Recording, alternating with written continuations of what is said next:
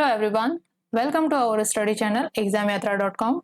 In this session हम modern Indian history के topic revolt and movements को cover करेंगे, जिसके अंदर आज हम देखेंगे civil rebellions and protest of the 18th century and 19th century.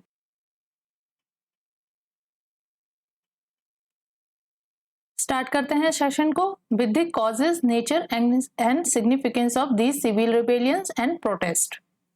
तो यहाँ पे क्या कॉज रहते हैं, अब तक हमने देख चुके हैं कि बंगाल के अंदर किस तरह से ब्रिटिश रूल एस्टेब्लिश होता है, देन फर्दर एक्सपेंशन होता है उसका, फिर धीरे धीरे इंडिया की जो टेरिटरी है वो ब्रिटिश कंट्रोल में आती है, देन ब्रिटिश एडमिनिस्ट्रेशन ने इंडियन एडमिनिस्ट्रेशन को रन करने के लिए यहाँ पे वेरियस पॉलिसी इंट्रोड्यूस की। These were policies were the in the field of economy, social, political.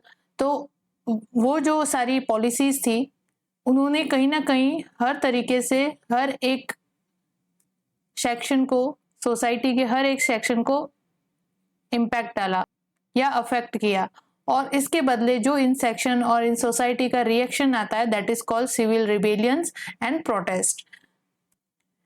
Because हमने from past sessions we already have covered these policies, economic policies, social policies, political administration, political development, सब तरीके से हमने चीजें cover कर चुकी है। और हम ये चीजें निकल के आती है कि जितनी भी पॉलिसीज थी वो इंपीरियल इंटरेस्ट को सर्व करने के लिए थी और जो इंडियन सोसाइटी थी उसके इंटरेस्ट के अगेंस्ट थी। तो इस वजह से जब ये पॉलिसीज इंट्रोड्यूस की गई और इंडियंस लोगों के इंटरेस्ट जो है वो हिट होने लगे, तब इंडियंस लोगों के रिएक्शन आते हैं against the British rule, and that's called the civil rebellions, or we can say protest against the British Empire, against the British Dominion, and we can say against the British rule in India. तो अब यहाँ पे general causes देख लेते हैं civil rebellion and protest के, कि क्या कॉज रहे, क्या कारण रहे। तो फर्स्ट है British policies were essentially colonial in nature and they affected interest of various section of Indian society. तो यहाँ पे हमने अभी बात की कि जो ब्रिटिश पॉलिसीज थी in the economic field, in the social field और इन द पॉलिटिकल फील्ड, जितनी भी इकोनॉमिक पॉलिसी थी वो इंपीरियल इंटरेस्ट को सर्व करने के लिए थी और जो इंडियन सोसाइटी थी उसके इंटरेस्ट के अगेंस्ट थी। इस वजह से जब ये ब्रिटिश पॉलिसी इंडिया में इंट्रोड्यूस की गई तो यहाँ पे इंडियन लोगों के जो इंटरेस्ट थे, जो हित थे, वो अफेक्ट होने लगे और इस कारण से फिर उनका रिएक्शन आता है इन प्रोटेस्ट के रूप में, इन रिबेलियंस के रूप में। Second, rapid changes in economy, administration and land revenue system. तो यहाँ पे जो ट्रेडिशनल सिस्टम पहले हुआ करता था उनके अंदर ब्रिटिश लोगों ने रैपिड चेंजेस शुरू किए। बिकॉज हमें पता है कि ब्रिटिश या ब्रिटेन के अंदर इंडस्ट्रियल रिवॉल्यूशन चल रहा था और उस इंडस्ट्रियल रिवॉल्यूशन की डिमांड को फुलफिल करने के लिए इंडिया के अंदर लैंड रेवेन्यू सिस्टम इंट्रोड्यूस किया गया, एडमिनिस्ट्रेशन के अंदर चेंजेस किए गए जो मोर फेवरेबल थे फॉर द ब्रिटेन मर्केंटलिज्म। जो ब्रिटेन के व्यापारी थे उनके फेवर के अंदर एडमिनिस्ट्रेटिव रूल हुआ करते थे, और इकोनॉमी के अंदर जो चेंजेस आए उन्होंने इंडिया की सोसाइटी के वेरियस सेक्शन को अलग अलग तरीके से हिट किया या उस पर प्रभाव डाला, जिसका रिएक्शन फिर इन सिविल रिबेलियन और प्रोटेस्ट के रूप में हमें यहाँ पे देखने को मिलता है। तो लैंड रेवेन्यू सिस्टम में हमने ऑलरेडी अच्छे से कवर कर दिया कि जो पहले ट्रेडिशनल राइट, लैंड का जो राइट हुआ करता था वो पॉलीगार्स या फिर जो कल्टीवेटर था उनके पास हुआ करता था, लेकिन रेवेन्यू को ज्यादा एक्सट्रैक्ट करने के लिए अब यहाँ पे ब्रिटिश लोगों ने क्या कर दिया, जमींदारों को लैंड के राइट दे दिए, और जो ट्रेडिशनल राइट कल्टीवेटर के हुआ करते थे वो अब किनको दे दिए गए, जमींदार्स को दे दिए गए, एंड उनसे फिर जो भी कस्टमरी राइट्स थे वो छीन लिए गए। तो that's affected the peasantry very badly. Land revenue system ने हमने ऑलरेडी कवर कर लिया। एडमिनिस्ट्रेटिव अगर डेवलपमेंट देखे तो वो भी किसके फेवर में ज्यादा हुआ करता था, ब्रिटिश इन्वेस्टर्स, ब्रिटिश मर्चेंट्स, उनके फेवर में ज्यादा हुआ करता था। उनको यहाँ पे फैक्ट्री वगैरह एस्टेब्लिश करने के लिए या इन्वेस्टमेंट करने के लिए मोर फेवरेबल कंडीशन प्रोवाइड करवाई जाती थी from the British rule in India. लेकिन उसके अगेंस्ट अगर कोई इंडियन इन्वेस्टर्स है या कोई इंडियन मर्चेंट्स है जो अपना ट्रेड करना चाहता है तो उसके अगेंस्ट फिर टोटली ऑपोजिट ट्रीटमेंट किया करते थे ब्रिटिश ऑफिशियल्स। तो इस तरह के चेंजेस जो थे उन्होंने सीवियरली हिट किया इंडियन सोसाइटी को, और उसका रिजल्ट फिर हमें इन रिबेल्स और रिबेलियन के रूप में देखने को मिलता है। देन जमींदार्स एंड पॉलीगार्स, पॉलीगार्स यहाँ पे cultivator, zamindars and poligars lost control over their land and land revenue. यहाँ पे जमींदार्स और पॉलीगार्स दोनों ही कल्टीवेशन का जो कल्टीवेटर थे, जो अपनी लैंड के ऊपर उनका राइट था, वो दोनों ने ही लॉस किया, जमींदारों ने भी और पॉलीगार्स ने भी। कैसे? हमें पता है कि लैंड रेवेन्यू सिस्टम के अंदर पहले तो कल्टीवेटर से लैंड राइट्स किनको दे दिए गए? जमींदार्स को प्रॉपर्टी राइट दे दिए गए लैंड्स के। और उसके बाद जब जमींदार्स यहाँ पे फेल हो जाते थे in the payment of revenue, तो वो लैंड फिर जमींदारों से छीन के ब्रिटिश एडमिनिस्ट्रेशन है या ब्रिटिश ऑफिशियल है वो अपने कंट्रोल के अंदर ले लिया करते थे। तो इस तरह से जमींदार्स और पॉलीगार्स या कल्टीवेटर दोनों ही अपने जो ट्रेडिशनल राइट्स थे, जो अपने लैंड के ऊपर राइट थे, वो खोते जा रहे थे। तो फिर जमींदारों का भी रिएक्शन फिर ब्रिटिश लोगों के अगेंस्ट हुआ। कल्टीवेटर्स का तो ऑलरेडी जब लैंड रेवेन्यू सिस्टम इंट्रोड्यूस किया गया तभी से वो लोग हिट हो रहे थे। तो इस तरह से धीरे धीरे जमींदार्स और पॉलीगार्स दोनों ही ब्रिटिश रूल के अगेंस्ट फिर प्रोटेस्ट करते हैं। Land revenue policy caused much hardship to peasantry, ये हमने देख चुके हैं कि लैंड रेवेन्यू पॉलिसी ने किस तरह से पीजेंट्री का बुरा हाल किया था। पीजेंट्री यहाँ पे वही कल्टीवेटर जो उस लैंड के ऊपर कल्टीवेट कर रहा है, उसको कोई लैंड राइट्स नहीं थे, प्लस उसके जो कस्टमरी राइट्स हुआ करते थे कि जो चारागाह की भूमि है उसका वो यूज करता था अपने पशुओं को चराने के लिए वगैरह, वो भी राइट्स इनसे छीन लिए गए। तो टोटली पीजेंट्री जो है वो जीते थे on the mercy of these zamindars. And फिर जमींदार जो थे वो किनकी मर्सी के ऊपर जीते थे? ब्रिटिश ऑफिशियल्स या ब्रिटिश रूल के। तो इस तरह का सिस्टम जो है यहाँ पे इंट्रोड्यूस किया गया, जिसने पीजेंट्री को या हम कहें कि किसान वर्ग को इस लैंड रेवेन्यू सिस्टम ने बहुत बुरी तरह से इंपैक्ट डाला। British policy caused misery of artisans, many of them abandoned their ancestral profession. फिर अभी यहाँ पे देखते हैं कि handicraft under the British rule, तो वहां पे हमने ऑलरेडी कवर किया है कि किस तरह से हैंडीक्राफ्ट का डिक्लाइनेशन हुआ और न्यू इंडस्ट्रीज का एस्टेब्लिशमेंट होता है इंडिया के अंदर। जो ट्रेडिशनल यहाँ पे एंसेस्ट्रल प्रोफेशन हुआ करते थे इन आर्टिसंस के, वो उन्होंने छोड़ना शुरू किया because of the British policies, कि उन्होंने यहाँ पे आर्टिसंस को एक तो पहले फोर्स किया to provide their service at cheaper price or even at the free of cost। तो यहाँ पे बिना किसी पैसों के या फिर सस्ती रेट के ऊपर आर्टिसंस को यहाँ पे मजबूर किया गया कि वो अपनी सर्विस किनको प्रोवाइड कर रहे हैं यहाँ पे? ब्रिटिश रूल को, to serve their imperial interest. तो इस वजह से आर्टिसंस जो थे वो डायरेक्टली फेस करते हैं एक्सप्लॉयटेशन को। और कई आर्टिसंस तो ऐसे थे जिनकी इतनी बुरी कंडीशन हो गई थी वर्क कर करके कि उन्होंने फिर इस प्रोफेशन से गिव अप कर दिया, इसको छोड़ दिया। और डायरेक्ट फिर हम देखते हैं कि इन आर्टिसंस जब ये यहाँ से मूव कर जाते हैं अपने ये जो एंसेस्ट्रल प्रोफेशन है आर्टिसंस के अंदर या हैंडीक्राफ्ट्स के अंदर, वो छोड़ते हैं तो वो फिर किस तरफ जाते हैं? फिर लैंड या वी कैन से कि एग्रीकल्चर की तरफ जाते हैं। और एग्रीकल्चर में वहां पे एक फिर वापस सस्ती फोर्स, लेबर फोर्स के रूप में वो यहाँ पे वर्क करते हैं, जिनके पास खुद की कोई जमीन तो नहीं होती है लेकिन वो खुद की service as a agriculture labourer के रूप में प्रोवाइड करवाते हैं। और फिर इस तरह से लैंड के ऊपर एक्स्ट्रा बर्डन फिर क्रिएट होता है।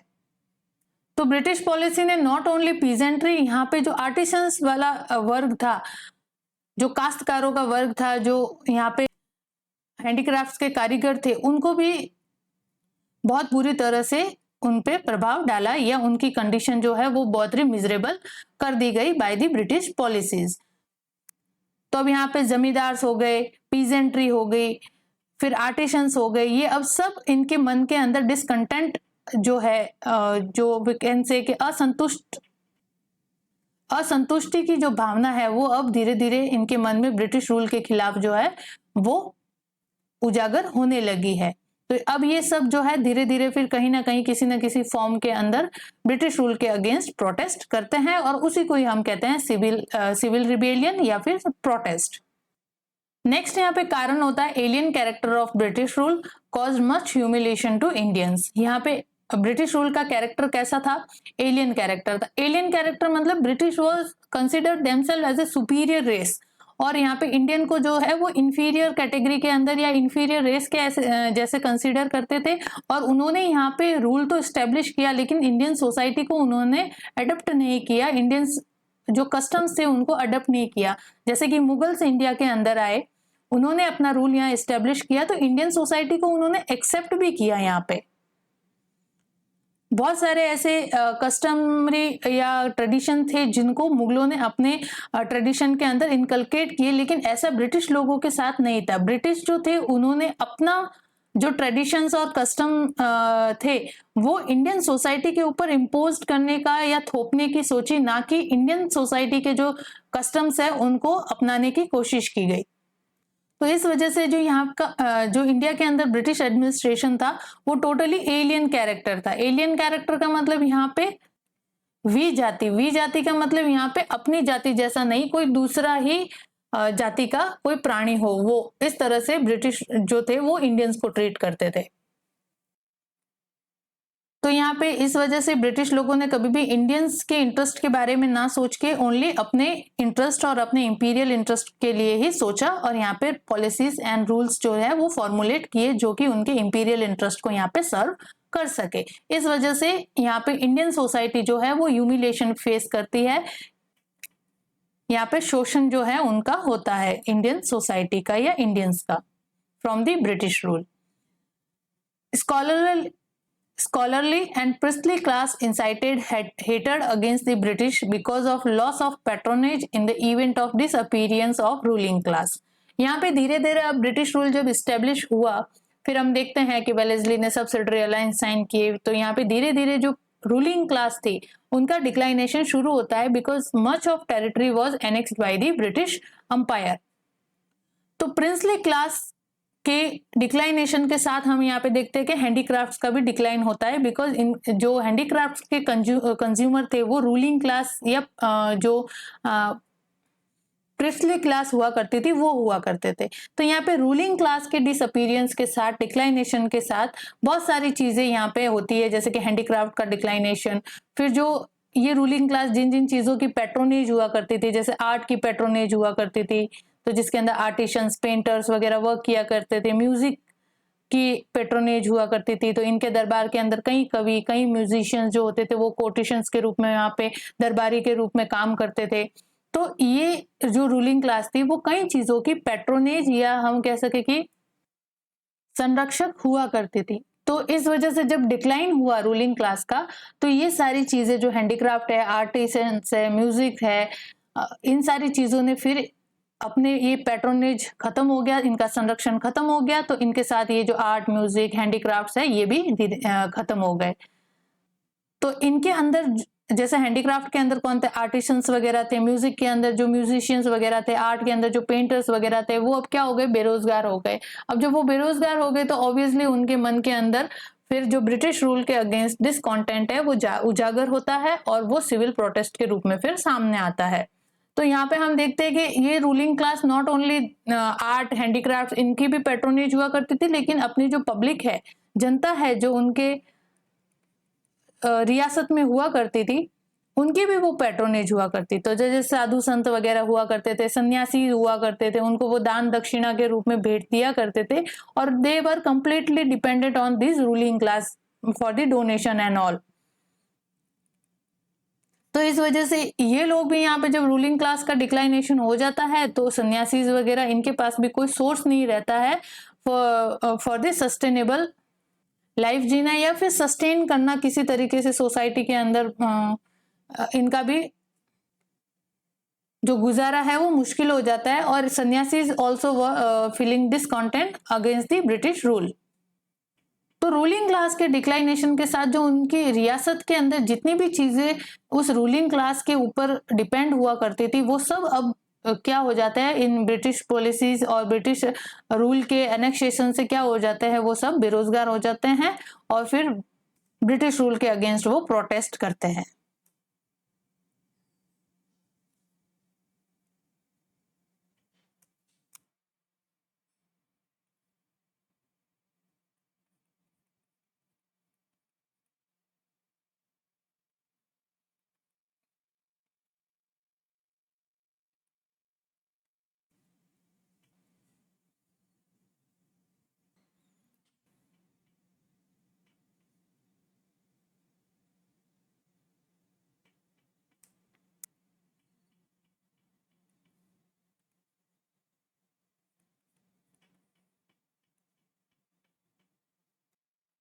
अब हम यहाँ पे देख लेते हैं नेचर ऑफ सिविल रिबेलियन। तो इन सिविल रिबेलियंस जो ये नागरिक विद्रोह है, इसकी किस तरह की प्रकृति रही। These rebellions were based on the traditional link of loyalties between the peasant and jamidars and the petty chieftains। तो यहाँ पे जो ये रिबेलियन थे, नागरिक विद्रोह जो देखने को मिलता है, इनका जो ट्रेडिशनल लिंक है वो किनके साथ है, यहाँ पे जमींदार और पीजेंट के बीच में जो लॉयल्टी है, जो शुरू से इंडिया में एस्टेब्लिश है लैंड रेवेन्यू सिस्टम के अंदर, उस तरह की ये लॉयल्टीज हमें यहाँ पे देखने को मिलती है। जब जमींदारों का यहाँ पे लैंड जो है वो छीनने लगे तो पीजेंट ऑल्सो फील कि नहीं, हमारे मालिक का जो है वो किस तरह से यहाँ पे लैंड जो है वो ब्रिटिश रूल यहाँ पे छीन सकती है। तो पीजेंट्स जो थे वो मोर कनेक्टेड थे विद दीज जमींदार्स। भले वो जमींदार इनसे काम करवा रहे थे वगैरह, कुछ भी कर रहे थे इनसे, लेकिन बिकॉज जमींदार जो है वो इंडियन था, इंडिजीनियस था, इस वजह से दे फील पीजेंट जमींदार को इस तरह से ट्रीट करते थे कि वो उनके क्या है, पेट्रोनेज है, संरक्षक है। लेकिन जब इन जमींदारों से इनके राइट छीने जाने लगे बाय द ब्रिटिश रूल, जब जमींदार रेवेन्यू पे नहीं कर पाते थे, तो फिर पीजेंट्स ऑल्सो फील कि नहीं, इस तरीके का चीज नहीं होनी चाहिए। देन जमींदार और पीजेंट जो दोनों हैं फिर मिलके ब्रिटिश रूल के अगेंस्ट यहाँ पे प्रोटेस्ट करते हैं। तो बेसिकली इनका क्या नेचर रहता है कि ये ट्रेडिशनल लिंक होती है किनके बीच में, पीजेंट और जमींदार के बीच में। तो जब दोनों के राइट्स यहाँ पे हिट होने लगते हैं तो वो यहाँ पे रिबेलियंस के रूप में सामने आते हैं। They were wholly local and isolated in character. अब यहाँ पे ये जो सिविल रिबेलियन थे ये कोई नेशनल लेवल पे नहीं थे, कि यहाँ पे ऐसा नहीं है कि एक मास मूवमेंट हो रहा है बहुत बड़े तौर पे, यहाँ पे सारे की सारी जो टेरिटरी है इंडिया के अंदर जगह जगह पे ये रिबेल्स हो रहे, ऐसा नहीं है।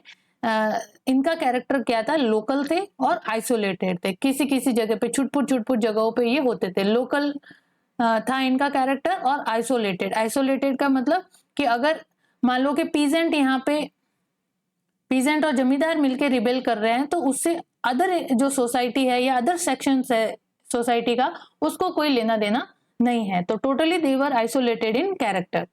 दे वर backward looking and lacked any modern feeling of nationalism. तो यहाँ पे जो चीजें थी वो किस तरह की थी, नेचर क्या था इन रिबेलियंस का, बैकवर्ड लुकिंग। बैकवर्ड लुकिंग का मतलब कि जो पहले जो हमारे ट्रेडिशंस और कस्टम थे उनको वापस रीएस्टेब्लिश किया जाए। हमको ये नया सिस्टम नहीं चाहिए, जिस तरीके से इंडिया में चलता आ रहा है पहले से उस तरीके से यहाँ पे जो सिस्टम है उसको इंट्रोड्यूस करो। जो ट्रेडिशन और कस्टम राइट्स है उनको वापस इंट्रोड्यूस किया जाए। तो बैकवर्ड लुकिंग थे and lacked any modern feeling of nationalism, और किसी तरह की भी उनके अंदर राष्ट्रवाद की भावना नहीं थी, जिसके कारण कि वो किसी एलियन रूल है, ब्रिटिश रूल है उसके अगेंस्ट या फॉरेन रूल के अगेंस्ट वो अगर प्रोटेस्ट कर रहे हैं तो उनके अंदर नेशनलिज्म की भावना नहीं है कि हम राष्ट्र के लिए ऐसा कर रहे हैं, उस तरह की यहाँ पे भावना नहीं है। यहाँ पे सीधी उनकी भावना जो है वो उनके इंटरेस्ट है, जो इंटरेस्ट हिट हो रहे हैं by the introduction of British policy. तो यहाँ पे ब्रिटिश पॉलिसी के कारण इनके इंटरेस्ट जो है वो हिट हो रहे हैं, उसकी वजह से ये यहाँ पे प्रोटेस्ट कर रहे हैं। उनका यहाँ पे राष्ट्रवाद से कोई लेना देना नहीं है। A modern understanding of the nature and character of colonialism और the building of a new society on the basis of new social relationship. और यहाँ पे कोलोनियलिज्म की जो अंडरस्टैंडिंग है, मॉडर्न अंडरस्टैंडिंग है, उस तरह की भी कोई भावना नहीं है कि क्या होता है कोलोनियलिज्म और इस तरह की कि हमारे ऊपर आके कोई ब्रिटिश रूल है या फॉरेन रूल जो है वो हम पे एडमिनिस्ट्रेशन कर रहा है, ये चीज नहीं होनी चाहिए। इस तरह की उनकी अंडरस्टैंडिंग नहीं थी उस समय। बस उनका क्या था, जो मेन पर्पस था वो था अपने इंटरेस्ट को सेफगार्ड करना, जो कि ट्रेडिशनल और कस्टमरी रूप से जो चलते आ रहे हैं उनको वापस रीएस्टेब्लिश करने का। And the building of a new society on the basis of new social relationship. तो कि न्यू सोशल रिलेशनशिप जो है और न्यू सोसाइटी की एस्टेब्लिशमेंट की जाए इन न्यू सोशल रिलेशनशिप के साथ, ऐसी भी कोई उनके अंदर भावनाएं नहीं थी। Their leadership was inevitably traditional and completely unaware of the changing world around them। उनकी जो लीडरशिप भी थी वो ट्रेडिशनल थी परंपरागत, जैसे अगर पीजेंट्री है तो उनका मान लो कि उनके पहले पैट्रोनेज कौन हुआ करते थे, जमींदार, तो उन जमींदारों ने उनके जो रिवोल्ट है, उनके जो प्रोटेस्ट है उसकी लीडरशिप की। तो इस वजह से इनकी जो लीडरशिप है वो ट्रेडिशनल है and completely unaware of changing world around them, और कंप्लीटली अनअवेयर है, किसी तरह का उन्हें ज्ञान नहीं है कि वर्ल्ड के अराउंड क्या चीजें डेवलप हो रही है, क्या हो रहा है, कॉलोनियलिज्म क्या होता है, मर्केंटलिज्म किस तरह से इंडियन सोसाइटी के इंटरेस्ट को हिट करेगा, किस तरह से कॉलोनियलिज्म अपनी जो रूट है वो इंडिया के अंदर और ज्यादा डीपिन कर रहा है।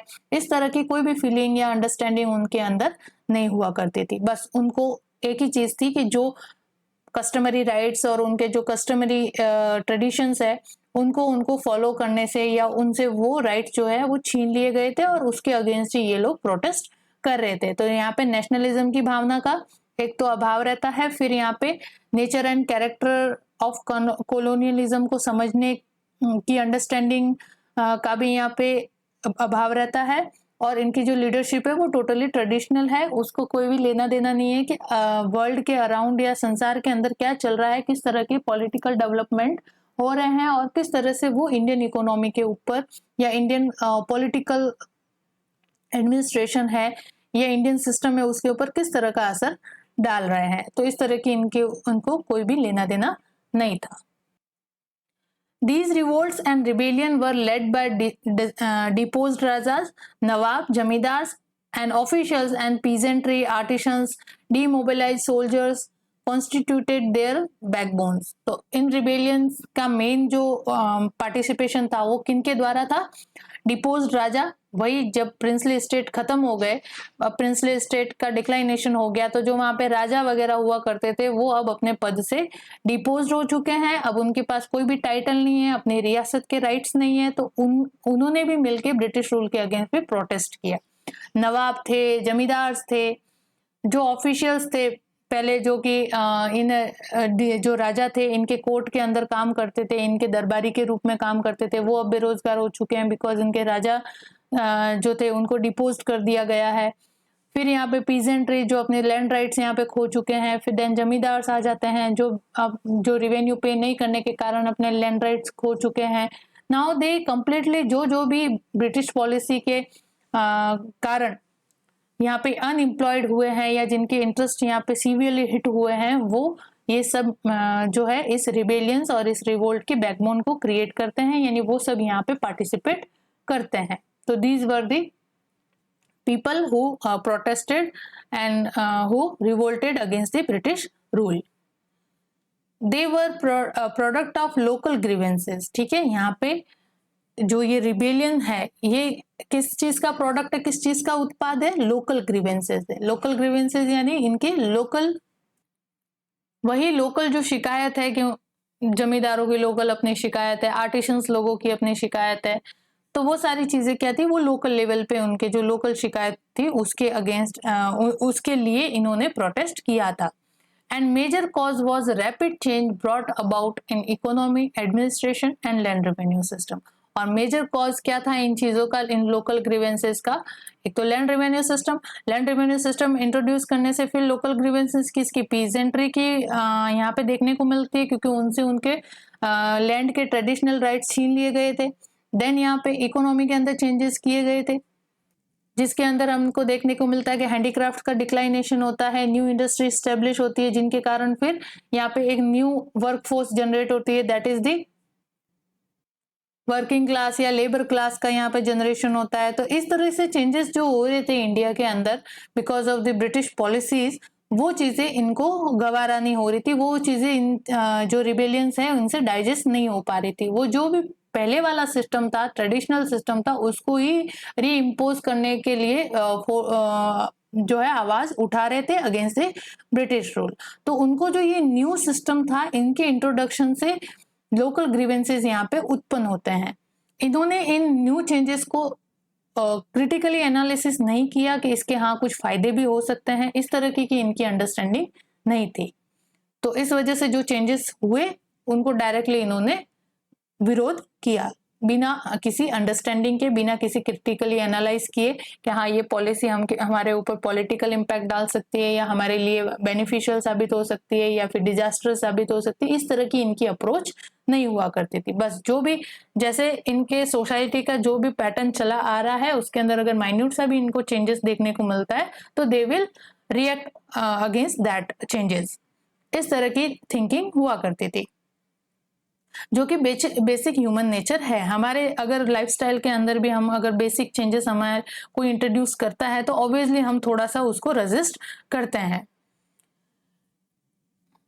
These revolts and rebellions were which were not waged by military or any specific class are known as civil rebellions। कौन है civil rebellions? वही जो local grievances की वजह से ब्रिटिश रूल के अगेंस्ट प्रोटेस्ट कर रहे हैं, हो हल्ला यहाँ पे कर रहे हैं, वही सिविल रिबेलियन के अंदर इंट्रोड्यूस किए मतलब सिविल रिबेलियन के अंदर कंसीडर किए जाते हैं।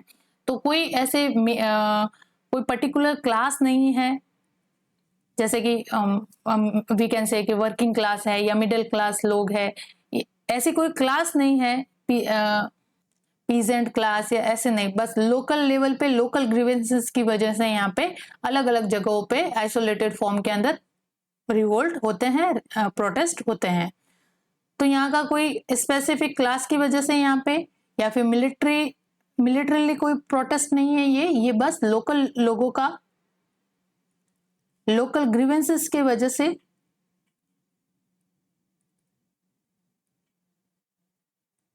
लोकल प्रोटेस्ट है। लोकल लोगों का लोकल ग्रीवेंसेस की वजह से लोकल प्रोटेस्ट जो है वही कंसिडर किया जाता है इन दी सिविल रिबेलियन। ठीक है, तो these were the nature of the civil rebellion and protest. Now the significance of this civil rebellions, क्या महत्व रहा इस सिविल रिबेलियन का? तो क्या महत्व रहा यहाँ पे देखो, जो भी चीजें हुई वो आइसोलेटेड फॉर्म के अंदर हुई और लोकल लेवल पे हुई और लोकल ही उसके ग्रीवेंसेस या कारण भी रहे। लेकिन इस चीज ने जब धीरे धीरे ये ऐसे छोटे छोटे प्रोटेस्ट होने लगे तो अब लोगों के मन में जो ब्रिटिश रूल है इनके अगेंस्ट अब डिस्कॉन्टेंट पैदा होने लगा और ये समझ धीरे धीरे इनके अंदर डेवलप होने लगी कि ब्रिटिश लोग जो है वो हम पे रूल कर रहे हैं, वो एज अ फॉरेन पावर के रूप में रूल कर रहे हैं और हम उनके यहाँ पे गुलाम के रूप में या सर्वेंट के रूप में यहाँ पे वो हमें ट्रीट कर रहे हैं। तो इस तरह की जो थिंकिंग है ये धीरे धीरे इन सिविल रिबेलियन की वजह से यहाँ पे उत्पन्न होने लगी और लोगों के अंदर फिर धीरे धीरे यहाँ पे नेशनलिज्म की भावना जो है वो पैदा होने लगी कि अब जो हमारा इंडिया है, India will be ruled by the Indians only. इस तरह की भावना अब धीरे धीरे यहाँ पे पैदा होने लगी। हालांकि इसके लिए काफी वक्त लग गया, 18th सेंचुरी से लगा के हमें 19th सेंचुरी, जो first half of the 19th century है वहां पे जाके हमें नेशनलिज्म की भावना देखने को मिलती है। लेकिन इन छोटे छोटे रिवोल्ट्स और रिबेल जो है ब्रिटिश रूल के अगेंस्ट, ये भावना पैदा करता है कि जो ट्रेडिशनल अपोजिशन है अगेंस्ट द ब्रिटिश रूल और फॉरेन रूल, और लोगों के अंदर धीरे धीरे ये अंडरस्टैंडिंग पैदा होने लगी कि हम पे जो है कोई और आके यहाँ पे राज कर रहा है, ये हमारे अपने नहीं है। इस तरह की भावना अब यहाँ पे पैदा होने लगी इन सिविल रिबेलियन के कारण। तो यहाँ पे जो भी कंट्रीब्यूशन रहा इनका in the establishment of valuable local tradition of struggle against the foreign rule, वो इंपॉर्टेंट रहता है। यानी कि जो फॉरेन रूल के अगेंस्ट जो ट्रेडिशनल स्ट्रगल है, बिकॉज यहाँ पे अभी नेशनलिस्ट या पान इंडिया प्रोटेस्ट नहीं हो रहा है, तो इसको हम ट्रेडिशनल या लोकल एजिटेशन या स्ट्रगल कहेंगे हम अगेंस्ट द फॉरेन रूल। जो भी है, चाहे वो यहाँ पे आइसोलेटेड फॉर्म के अंदर हो, लोकल लेवल पे हो, या फिर किसी पर्टिकुलर ग्रीवेंसेस की वजह से लोकल किसी कम्युनिटी की वजह से ब्रिटिश लोगों के अगेंस्ट प्रोटेस्ट हो रहा है, लेकिन वो अब ये धीरे धीरे लोगों के बीच में ये भावना पैदा कर रहा है कि ये ब्रिटिश रूल जो है वो फॉरेन रूल है, एलियन रूल है और ये अब हमें जो है स्वीकार नहीं है। तो धीरे धीरे फिर ये जो भावना है और ज्यादा बढ़ने लगती है। देन फाइनली इसका रिजल्ट होता है रिवोल्ट ऑफ 1857, जिसके अंदर million of peasants, artisan, soldiers and other classes was participated and revolt of 1857 was took place। और 1857 की जो रिवोल्ट थी वो एक मेजर इवेंट होता है इन द इंडियन हिस्ट्री, जिसके बाद इंडिया की जो कंप्लीट हिस्ट्री है वो चेंज हो जाती है। बिकॉज रिवोल्ट ऑफ 1857 के बाद से ही यहाँ पे कंपनी का रूल इस्टेब्लिश हो जाता है, कंपनी का रूल यहाँ पे अबॉलिश हो जाता है और क्राउन रूल जो है या ब्रिटेन का डायरेक्ट रूल यहाँ पे इस्टेब्लिश हो जाता है। और यहाँ पे अब ब्रिटिश लोगों को जो इंडियंस है इस रिवोल्ट के थ्रू मजबूर करते हैं इस तरह की पॉलिसी फॉर्मुलेट की जाए कि वो इंडिया के हित में भी हो और इंडियन लोगों के इंटरेस्ट को भी सर्व करे। बिकॉज पहले जितनी भी पॉलिसी थी वो एक्सप्लॉयटेटिव नेचर की थी, बस कुछ भी नहीं देखना है, चाहे इनके इंटरेस्ट सर्व हो ना हो इंडियन लोगों के, वो कुछ कमाए या ना कमाए, बस उनसे हमें किसी भी तरह से मनी का है, रॉ मटेरियल का है, एक्सटॉर्शन करना है और यहाँ से जो बुलियंस है वो कहाँ भेजने हैं, ब्रिटेन की तरफ भेजने हैं। मैक्सिमम जितना एक्सप्लॉयटेशन आप कर सकते हो वो करो। इस तरह की पॉलिसी फॉर्मुलेशन की जाती थी by the under the companies rule. Now revolt of 1857 के बाद ये जो पॉलिसी है, ये ट्रेंड है वो चेंज होता है और यहाँ पे अब क्राउन रूल इस्टेब्लिश होता है। देन फिर क्राउन रूल के अंदर जितनी भी पॉलिसी फॉर्मुलेट की जाती है उनके अंदर इंडियंस को भी यहाँ पे शामिल करते हैं for the law making and policy formulation. इससे पहले 1857 के पहले ऐसा इंडियंस का इन्वॉल्वमेंट पॉलिसी मेकिंग या लॉ मेकिंग के अंदर उनका पार्टिसिपेशन नहीं हुआ करता था। लेकिन अब जब धीरे धीरे यहाँ पे ग्रीवेंसेस इतना ज्यादा बढ़ गया, जो लोकल ग्रीवेंसेस थे वो अब नेशनल ग्रीवेंसेस बन चुके हैं इन द रिवोल्ट ऑफ 1857 के अंदर, तब फिर यहाँ पे ब्रिटेन के लोगों को, क्राउन को अब यहाँ पे फील हुआ कि नहीं, अब जो भी पॉलिसी फॉर्मुलेशन अगर इंडिया को लॉन्ग समय तक रूल करना है तो इनको इंडियंस लोगों के पार्टिसिपेशन को भी बढ़ाना पड़ेगा इन दी एडमिनिस्ट्रेशन, अदरवाइज इनके मन में और ज्यादा डिसकंटेंट होगा और ये और ज्यादा यहाँ पे वायलेंट होंगे अगेंस्ट दी ब्रिटिश रूल और हो सकता है कि हम यहाँ से रूल करने के लिए यहाँ पे सक्षम भी ना हो, हमें यहाँ से सारी चीजें पैकअप करके ब्रिटेन लौटना पड़ सकता है।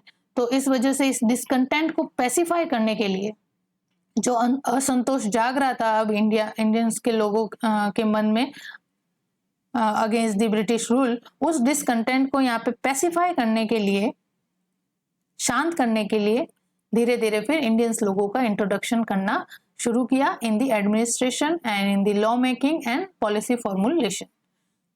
तो ये सिग्निफिकेंस रहा इन सिविल रिबेलियन का। अब यहाँ हम देखते हैं rebellions by deposed rajas and officers. जो राजा डिपोज हो चुके थे, अपने पद से हटाए जा चुके थे या उनकी टेरिटरी को अनेक्स कर लिया गया था ब्रिटिश रूल के द्वारा, और उनके दरबार में जो ऑफिसर्स वगैरह काम करते थे अब वो अनएम्प्लॉयड हो गए, तो उनके द्वारा कौन कौन से रिबेलियन जो है वो ब्रिटिश रूल के अगेंस्ट किए गए। तो फर्स्ट यहाँ पे हम देखते हैं रामोसी अपराइजिंग। रामोसी अपराइजिंग जो है वो 1822 से 1825 एंड 26 के पीरियड के बीच में होती है। रामोसी अपराइजिंग क्या था, यहाँ पे जो ये रामोजीज थे ये सर्व करते थे under the Maratha army. Maratha army के अंदर जब मराठाओं की यहाँ पे पावर हुआ करती थी तो मराठा आर्मी के अंदर ये लोअर रैंक पे वर्क करते थे। मराठा आर्मी और पुलिस के अंदर जो लोअर रैंक थी उनके अंदर ये रामोसीज जो थे वर्क करते थे। तो जब यहाँ पे मराठा टेरिटरी का अनेक्सेशन ब्रिटिशों के द्वारा कर दिया गया तो अब ये अनएम्प्लॉयड हो गए। तो इस वजह से और साथ ही मराठा की टेरिटरी के एनेक्सेशन के बाद उस एरिया के अंदर जब लैंड रेवेन्यू सिस्टम इंट्रोड्यूस किया गया तो हैवी लैंड रेवेन्यू होने की वजह से और हार्श मेथड यूज करने की वजह से भी इन लोगों ने ब्रिटिश रूल के अगेंस्ट जो है वो प्रोटेस्ट किया under the leader of Chittoor Singh.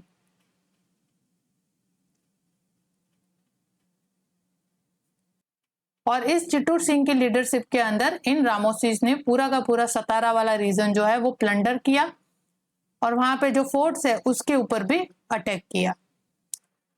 फिर कुछ सालों तक ये वापस शांत हो गए, लेकिन अगेन इन 1825 और 26 के बीच में जब मराठा रीजन के अंदर, महाराष्ट्र रीजन के अंदर यहाँ पे फैमाइन होता है, यहाँ पे फेमाइन की कंडीशन उत्पन्न होती है, जब अकाल पड़ता है भारी, तब यहाँ पे ब्रिटिश गवर्नमेंट की तरफ से कोई भी रिलीफ मेजर्स नहीं चलाने की वजह से और यहाँ पे लोगों को रिलीफ नहीं देने की वजह से, और जब फूड की वगैरह स्कार्सिटी हो जाती है तो यहाँ पे ब्रिटिश गवर्नमेंट के द्वारा कोई भी यहाँ पे एफर्ट नहीं लगाए जाते हैं इन दी फेमाइन कंडीशन। तो इस वजह से भी again in 1825-26 under the leadership of Umaji, ये रामोसिस जो है अगेन वापस रिबेल करते हैं अगेंस्ट द ब्रिटिश रूल। लेकिन बाद में और उमाजी की लीडरशिप के अंदर ये 3 साल तक कंप्लीट दक्कन को जो है वो पूरा लूट लेते हैं और यहाँ वहाँ जो है अफरातफरी मचा देते हैं। लेकिन फाइनली ब्रिटिश लोग जो है इनसे पार नहीं पा पाते हैं और इनसे फिर निगोशिएट करते हैं टू पैसिफाई देम। उनको शांत करने के लिए फिर उन्होंने, ब्रिटिश लोगों ने इन रामोसिस के साथ निगोशिएट किया और उनके द्वारा जितने भी अपराध किए गए, लूटिंग वगैरह का, फोर्ट पे अटैक करना, ब्रिटिश ऑफिशियल्स के ऊपर अटैक करना, इन सभी क्राइम्स को भी यहाँ पे नजरअंदाज कर दिया गया। क्राइम वाज कंडोनिंग, क्राइम को यहाँ पे नजरअंदाज कर दिया गया इन रामोसिस के क्राइम को बाय द ब्रिटिश गवर्नमेंट, और इनको यहाँ पे लैंड ग्रांट भी दिए गए। और जो हिल पुलिस थी उनके अंदर इनको रिक्रूट भी किया गया टू पैसिफाई देयर रिबेलियंस। तो ये था रामोसी अपराइजिंग जो 1822 के अंदर अराइज होता है, लेकिन बाद में वापस पैसिफाई हो जाता है। लेकिन अगेन जब महाराष्ट्र रीजन के अंदर फेमाइन की कंडीशन उत्पन्न होती है तब ये अगेन एमर्ज होते हैं।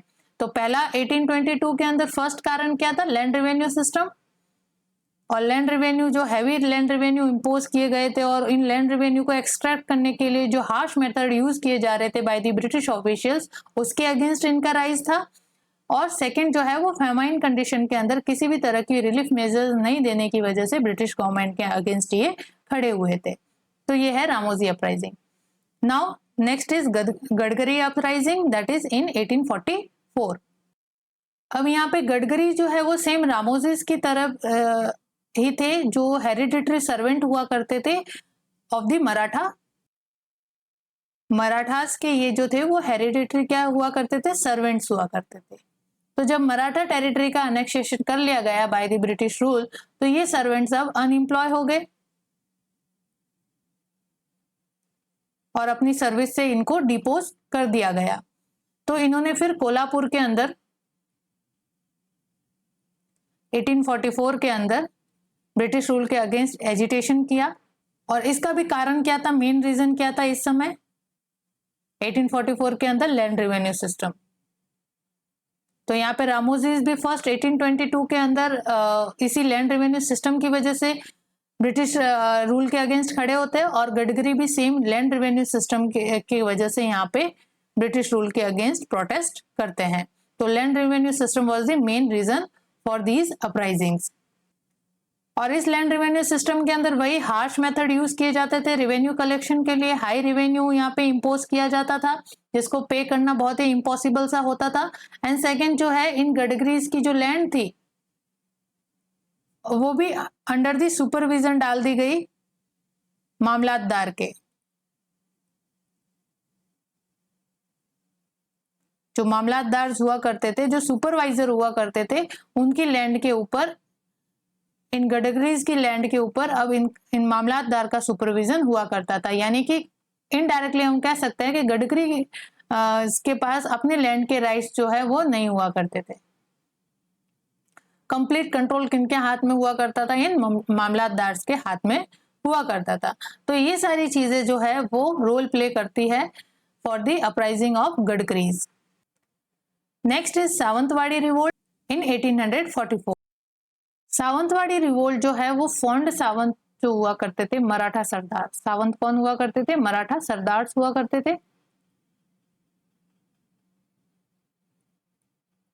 उनके द्वारा यहाँ पे ब्रिटिश रूल के अगेंस्ट प्रोटेस्ट किया जाता है। फोंड सावंत जो मराठा सरदार थे, वो अब यहाँ पे मराठा टेरिटरी का जब अनेक्सेशन कर लिया जाता है और वहाँ पे तरह तरह की जो पॉलिसीज है, जैसे लैंड रेवेन्यू सिस्टम वगैरह इंट्रोड्यूस किया जाता है, तो उनकी वजह से ये जो फोंट सावंत है वो प्रोटेस्ट करते हैं। यहाँ पे इनके प्रोमिनेंट लीडर होते हैं अन्ना साहिब, और इनकी लीडरशिप के अंदर ये जो सावंत थे इन्होंने फोर्ट वगैरह पे अटैक कर लिए थे, और ब्रिटिश ट्रूप्स ने इनको जब यहाँ से फोर्ट पे जब अटैक किया और इनको रिबेल्स को यहाँ से फोर्ट से निकाला, तो फिर ये कहाँ चले जाते हैं, गोवा चले जाते हैं, गोवा की तरफ चले जाते हैं और वहां पे भारी लूट मचाते हैं, वहां पे टर्मोइल क्रिएट करते हैं। और फिर इनको इन सरदार्स को, इन रिबेल्स को सरकार जो है इम्प्रिजमेंट करती है, जेल में डालती है, इनके ऊपर हार्श पनिशमेंट दी जाती है, और धीरे धीरे फिर इनके ऊपर मार्शल लॉ इम्पोज करके इस रीजन के अंदर, गोवा वगैरह के रीजन के अंदर मार्शल लॉ इम्पोज करके फाइनली ब्रूटल पनिशमेंट के साथ इन रिबेल का जो है वो अंत किया जाता है, और वापस जो ऑर्डर है वो रिस्टोर किया जाता है इन सावंतवाड़ी रीजन। तो ये सावंतवाड़ी रिवोल्ट था। नेक्स्ट देखते हैं हम रिवोल्ट ऑफ वेलुथम्पी। वेलुथम्पी कौन थे? वेलुथम्पी जो है वो त्रावणकोर जो रियासत थी, त्रावणकोर रियासत के ये दीवान हुआ करते थे। अब जब सब्सिडरी अलायंस के द्वारा त्रावणकोर को अलाई स्टेट बना लिया गया बाय द ब्रिटिश रूल, तो वहां पे अब अपना सब्सिडरी अलायंस के अंदर क्या होता है, रेजिडेंट जो है ब्रिटिश रेजिडेंट वहां पे एम्प्लॉय किया जाता है। तो इस वेलुथम्पी जो थे, दीवान थे, इनको अपनी दीवानशिप से हटा दिया जाता है, अपनी पोस्ट से इनको डिपोज कर दिया जाता है। इस वजह से ये फिर इस ब्रिटिश के अगेंस्ट जो है वो रिबेलियन प्रोटेस्ट करते हैं, और सब्सिडरी अलायंस की वजह से त्रावणकोर स्टेट के ऊपर बहुत हैवी फाइनेंशियल बर्डन भी डाला जाता है, जिसकी वजह से भी वेलुथम्पी ने ब्रिटिश रूल के अगेंस्ट प्रोटेस्ट किया। और फाइनली एक फॉरेस्ट के अंदर इनकी भिड़ंत होती है वेलुथम्पी की और ब्रिटिश आर्मी की, और यहाँ पे फिर वेलुथम्पी जो है वो घायल होते हैं, और फाइनली वो जंगल में ही कहीं उनकी डेथ हो जाती है। तो इस तरह से वेलुथम्पी जो थे वो त्रावणकोर के दीवान हुआ करते थे, त्रावणकोर के जो राजा थे उनके दरबार के अंदर दीवान थे। तो यही वापस हम देख रहे हैं कि कुछ ऑफिसर्स जो थे दीवान, जो इन डिपोज राजा के अंडर या दीवान दरबार के अंदर वर्क करते थे, उनकी भी पोस्ट चली जाती है, उसकी वजह से भी ये ब्रिटिश रूल के अगेंस्ट हो जाते हैं। Now next is revolt of Kittur Chennamma in 1824 to 29। Kittur Chennamma, Kittur region जो है वो प्रेजेंट डे कर्नाटक के अंदर पड़ता है।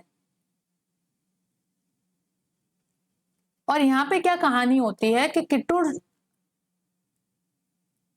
जो रीजन था उसके अंदर यहाँ पे जो उत्तराधिकार के क्वेश्चन पे यहाँ पे ये रिवोल्ट होता है कि यहाँ पे किट्टूर की जो गद्दी थी वो खाली हो जाती है, बिकॉज यहाँ का जो राजा है वो मर जाता है, और उसकी जगह फिर उसके नेचुरल हेयर तो नहीं होता है, लेकिन एक अडॉप्टेड हेयर को बिठाने की बात होती है किट्टूर की गद्दी पे।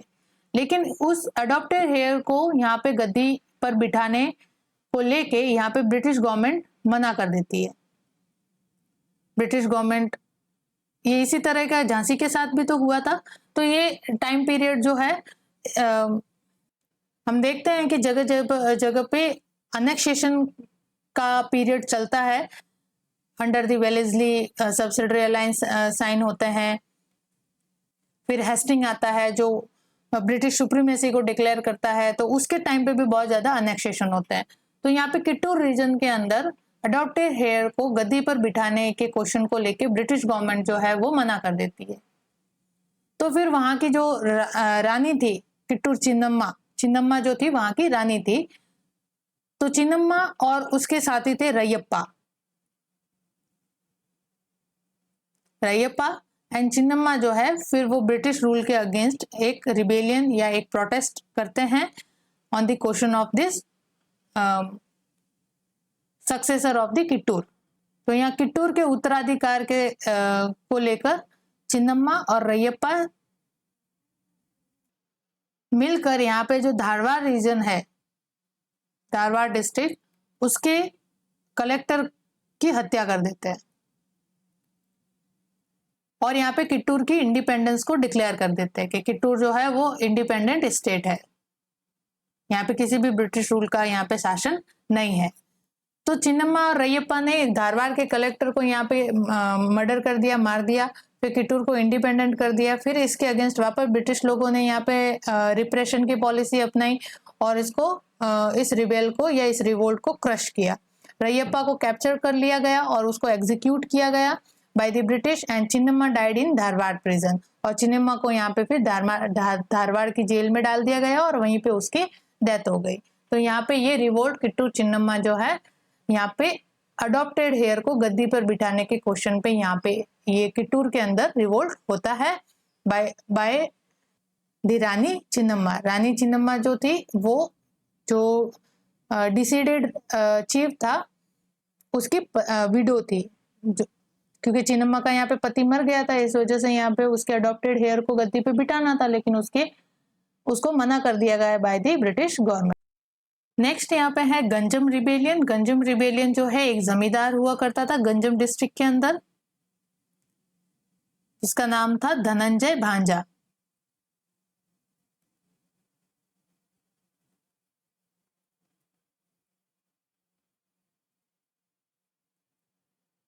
ये था गुमसूर डिस्ट्रिक्ट का जमींदार इन गंजम डिस्ट्रिक्ट। इसके भी लैंड राइट्स ब्रिटिश रूल के द्वारा छीन लिए गए, इस वजह से इसने एक सीरियस रिबेलियन जो है वो रेज्ड किया against the British government. Then आता है सतारा रिवोल्ट इन 1840 to 41 के बीच। सतारा रिवोल्ट जो है ये यहाँ पे होता है राजा प्रताप सिंह, जो सतारा के रूलिंग राजा थे,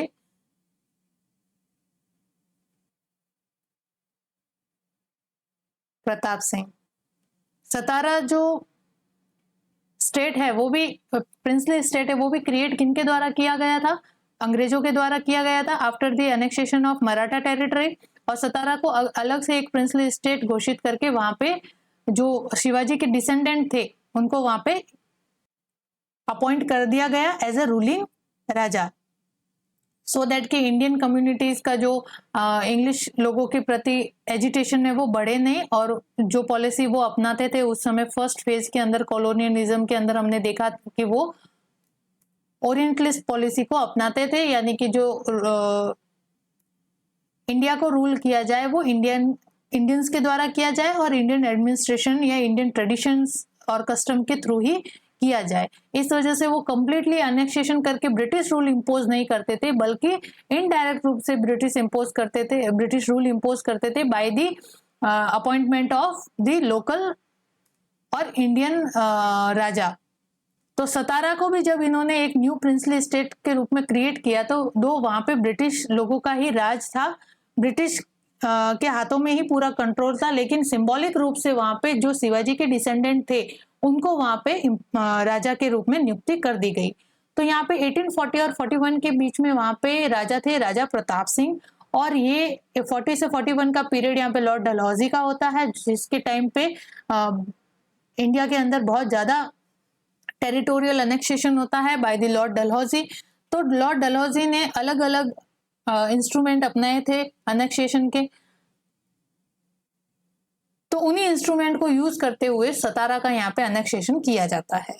तो यहाँ पे राजा जो प्रताप सिंह जी है इनको डिपोज कर दिया जाता है अपनी पोस्ट से या राजा के पद से, और कंप्लीट अथॉरिटी सतारा की कौन अपने हाथ में ले लेता है? ब्रिटिश लोग जो है वो अपने हाथ में ले लेते हैं। तो इस वजह से यहाँ पे ये डिसकंटेंट अराइज होता है। और फिर धार राव जो थे वहां पे एक चीफ हुआ करते थे, मिलिट्री चीफ कह दो हम, धार राव के नेतृत्व में फिर ये रिवोल्ट जो है और ज्यादा बड़ा रूप लेता है। और धार राव जो थे कराड़ डिस्ट्रिक्ट से बिलोंग करते थे, वो यहाँ पे फर्स्ट होते हैं जो ऑर्गेनाइज करते हैं इस रिबेल को, और नंबर ऑफ स्कर्मीज पोज करते हैं against the British forces till 1840। तो ये था सतारा रिवोल्ट। राजा प्रताप सिंह को यहाँ से पद से हटा देने के वजह से यहाँ पे ये सतारा रिवोल्ट होता है। नेक्स्ट यहाँ आता है बुंदेला रिबेलियंस इन 1840। ये भी बुंदेलखंड के अंदर यानी एमपी रीजन जो था, मध्य प्रदेश वाला रीजन जो था, वहां पे ये ब्रोकआउट होता है बाय दी बुंदेला लैंडलॉर्ड्स।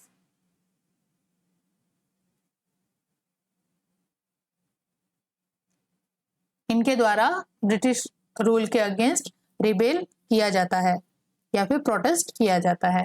इन्होंने भी बहुत सारे पुलिस ऑफिसर्स को यहाँ पे किल कर दिया और पूरे टाउन को यहाँ पे प्लंडर कर दिया गया था। तो ये था बुंदेला रिबेलियन। नेक्स्ट है यहाँ पे पेक रिबेलियन। पेक रिबेलियन जो है वो उड़ीसा रीजन के अंदर होता है यहाँ पे, और उड़ीसा के राजा जो थे वहां पे, राजा ऑफ खुर्दा,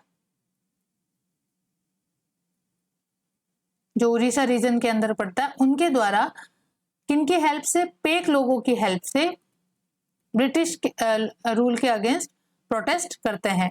तो यहाँ पे जो उड़ीसा के राजा थे, खुर्दा के राजा उड़ीसा रीजन के अंदर पड़ता है, वो पेक लोगों की हेल्प से, पेक कौन थे यहाँ पे, वॉरियर क्लास हुआ करती थी जो कि रेंट फ्री लैंड के राइट एंजॉय करते थे। इनके पास जो लैंड हुआ करती थी पेक लोगों के पास, उसके ऊपर कोई भी रेंट पे इनको नहीं करना पड़ता था। तो पेक बेसिकली क्या थी, वॉरियर क्लास थी। तो इनकी हेल्प से इस राजा ने ब्रिटिश लोगों के अगेंस्ट इन 1904 टू 1906 के बीच में प्रोटेस्ट किया था, और उसी को कहते हैं पेक रिबेलियन, जो उड़ीसा रीजन के अंदर होता है। तो ये कुछ रिबेलियंस थे, कुछ अपराइजिंग थी जो डिपोज राजा और उनके ऑफिसर्स के द्वारा ब्रिटिश रूल के अगेंस्ट की गई थी। तो ये हमने 1 बाय 1 देखा। नेक्स्ट देखते हैं रिबेलियंस हैविंग रिलीजियस कलर। अब कुछ रिबेलियंस ऐसे थे जिनका जो नेचर था वो कंप्लीटली क्या था, रिलीजियस था, धार्मिक था। तो वो हम यहाँ पे देखते हैं, रिबेलियन हैविंग रिलीजियस कलर।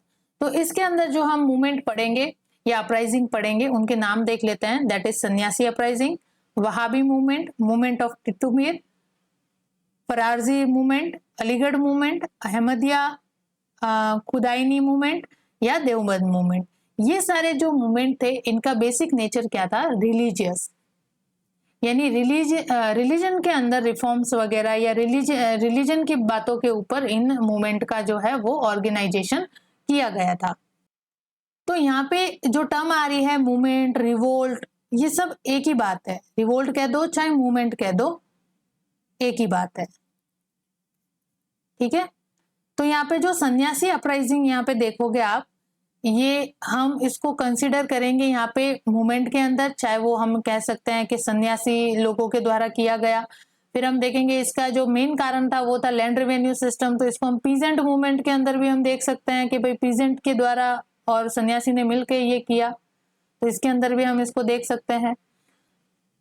लेकिन जो बाकी के आपको यहाँ पे वहाबी और टिटू मीर, फरारजी, अलीगढ़, देवबंद, ये सारे मूवमेंट आपको देख रहे हैं, ये मुस्लिम कम्युनिटी से बिलोंग करते हैं सारे।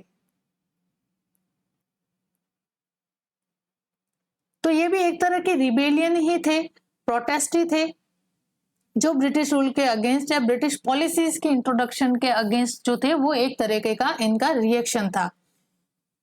तो जब हम सोशल रिलीजियस रिफॉर्म पढ़ेंगे तो उनके अंदर भी इनका डिस्कशन किया जाएगा। सेम यहाँ पे वहाबी मूवमेंट, इन सभी मूवमेंट को वापस हम यहाँ पे नहीं देखते हुए इसी सेशन के अंदर कवर करेंगे। लेकिन आप यहाँ पे देख लेना कि जब हम सोशो रिलीजियस रिफॉर्म की बात करेंगे तो हम देखेंगे कि socio religious reform among the Hindus देखेंगे, अमंग दी मुस्लिम्स देखेंगे, अमंग दी सिख देखेंगे, और यहाँ पे हम देखेंगे पारसीज के अंदर भी किस तरह से सोशो रिलीजियस रिफॉर्म जो है वो यहाँ पे होते हैं। तो इस सेशन के अंदर जो मुस्लिम कम्युनिटीज के रिगार्डिंग जो सोशो रिलीजियस रिफॉर्म कह दो या मूवमेंट कह दो, वो हम यहाँ पे ही कवर कर रहे हैं। तो ये रिबेलियंस भी कह सकते हो, बिकॉज इसमें कुछ रिबेलियंस जो है, जैसे अलीगढ़ को छोड़ के बाकी जितने भी आप देखोगे वहाबी मूवमेंट देख लो, मूवमेंट ऑफ टिटू मीर देख लो, फरारजी मूवमेंट देख लो, यहाँ अहमदिया है, देवबंद मूवमेंट, ये सब जो मूवमेंट है ये क्या चाहते हैं, जो इनका ट्रेडिशन था पहले मुगलों के टाइम पे और जिस तरह की का मुस्लिम सत्ता हुआ करती थी, जो एडमिनिस्ट्रेशन था उसको वापस रीएस्टेब्लिश करे by the throwing the British rule from the India, और even suppress the Sikh and all. Sikh वगैरह को भी यहाँ पे उस समय राइजिंग पावर हुआ करते थे सिख। जब हम रंजीत सिंह के टाइम पे देखते हैं तो सिख जो है वो एक मेजर पावर के रूप में इमर्ज हो रही थी। तो इन सिखों वगैरह को भी यहाँ पे मिटा के वहाबी मूवमेंट के अंदर हम देखते हैं कि सिखों को वगैरह अदर रिलीजियस कम्युनिटी को यहाँ पे मिटा के वापस किसका, मुस्लिम या वी कैन से इस्लाम का रूल यहाँ पे इस्टेब्लिश किया जाए, इस तरह की सोच इन मूवमेंट्स की थी। इस वजह से हम यहाँ पे कवर कर रहे हैं कि rebellions having religious colour, because इनका मेन मुद्दा जो था वो ये था कि जो पास्ट का ट्रेडिशन है, जो मुस्लिम सत्ता मुगलों के टाइम में हुआ करती थी, या फिर हम कह सकते कि वेस्ट एशिया के अंदर जब ऑटोमान एम्पायर वगैरह का जो सिस्टम हुआ करता था कि खलीफ हुआ करता था और खलीफ के अंडर पूरी जो सत्ता है वो एडमिनिस्ट्रेट होती थी, तो उस तरह का ये सिस्टम लागू करना चाहते थे इंडिया के अंदर। तो इनकी जो थॉट थी या आइडियोलॉजी थी वो इस तरह की थी, इसीलिए इसको हम कहेंगे कि रिबेलियंस हैविंग रिलीजियस कलर। यहाँ पे खाली अलीगढ़ का मूवमेंट जो है वो ट्रू सोशियो रिलीजियस रिफॉर्म के अंदर है, जिसके अंदर रिफॉर्म्स की बात की गई है, चेंजेस और सुधार की बात की गई है कि जो चेंजेस जो रूढ़िवादिता चली आ रही है, जिस तरह के ट्रेडिशंस एंड कस्टम्स चले आ रहे हैं जो समाज के उत्थान के लिए या मुस्लिमों के उत्थान के लिए सही नहीं है, उसके अंदर रिफॉर्म्स होने चाहिए। तो वो किस में बात की जाती है, अलीगढ़ मूवमेंट के अंदर, जिसके अंदर एजुकेशन के प्रमोशन वगैरह की बातें होती है। लेकिन rest of these movements we will see कि इनका जो बेसिक जो नेचर था वो किस तरह का था, रिवाइवलिस्ट। बिकॉज यहाँ पे जो मूवमेंट है, मूवमेंट जो है वो दो नेचर के होते हैं, एक तो है reformist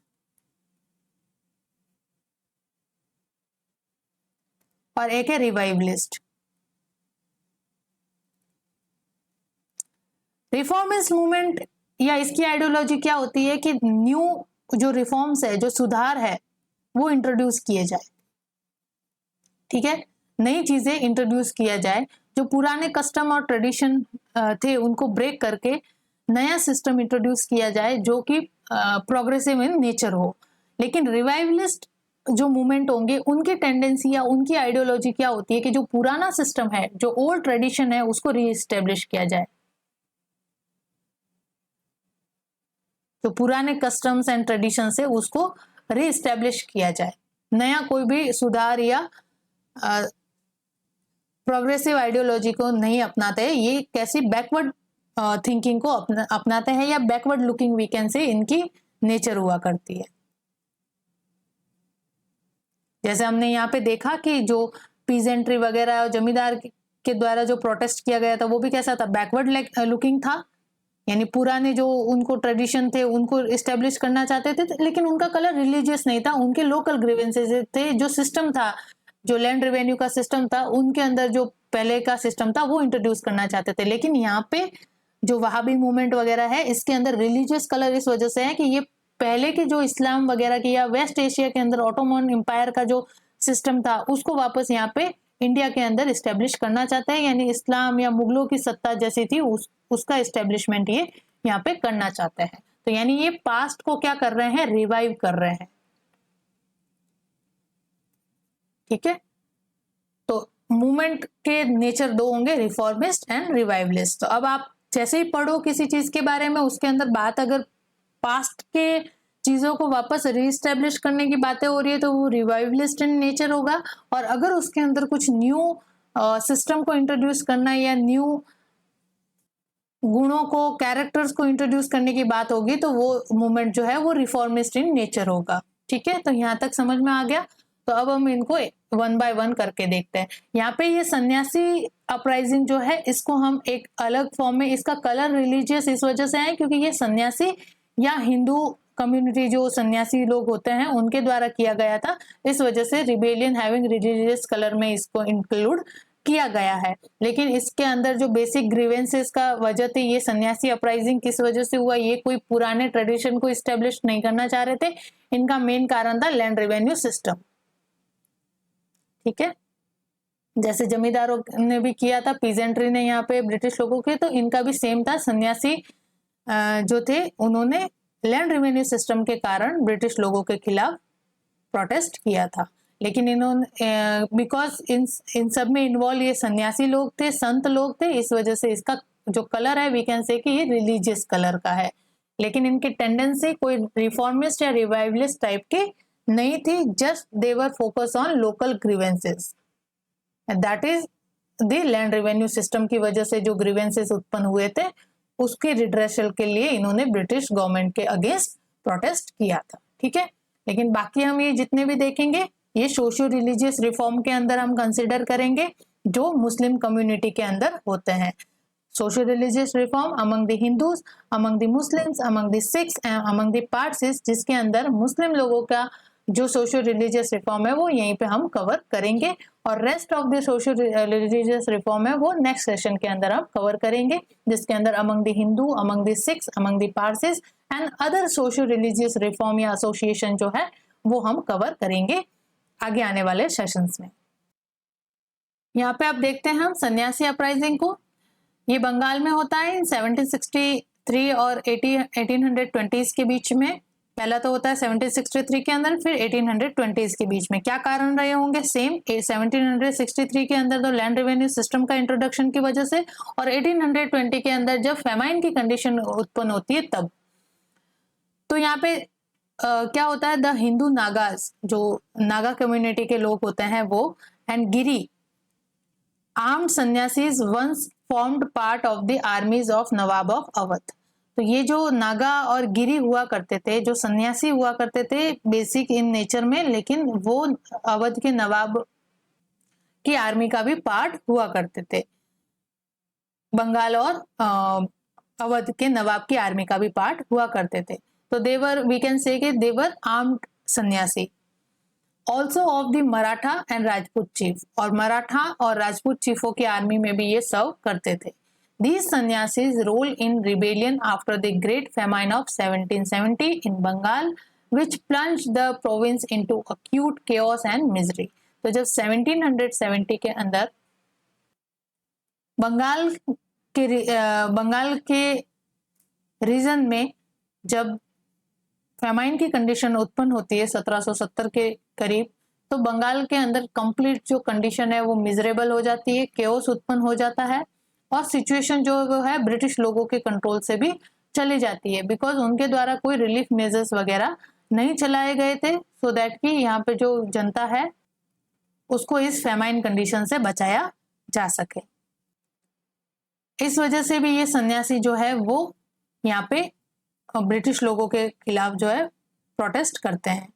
the immediate cause of the rebellion was the restriction imposed upon pilgrims visiting Holi places. The sannyasi raided English factories and collected contribution from the towns, leading to series of conflict between the large band of sannyasis and British forces.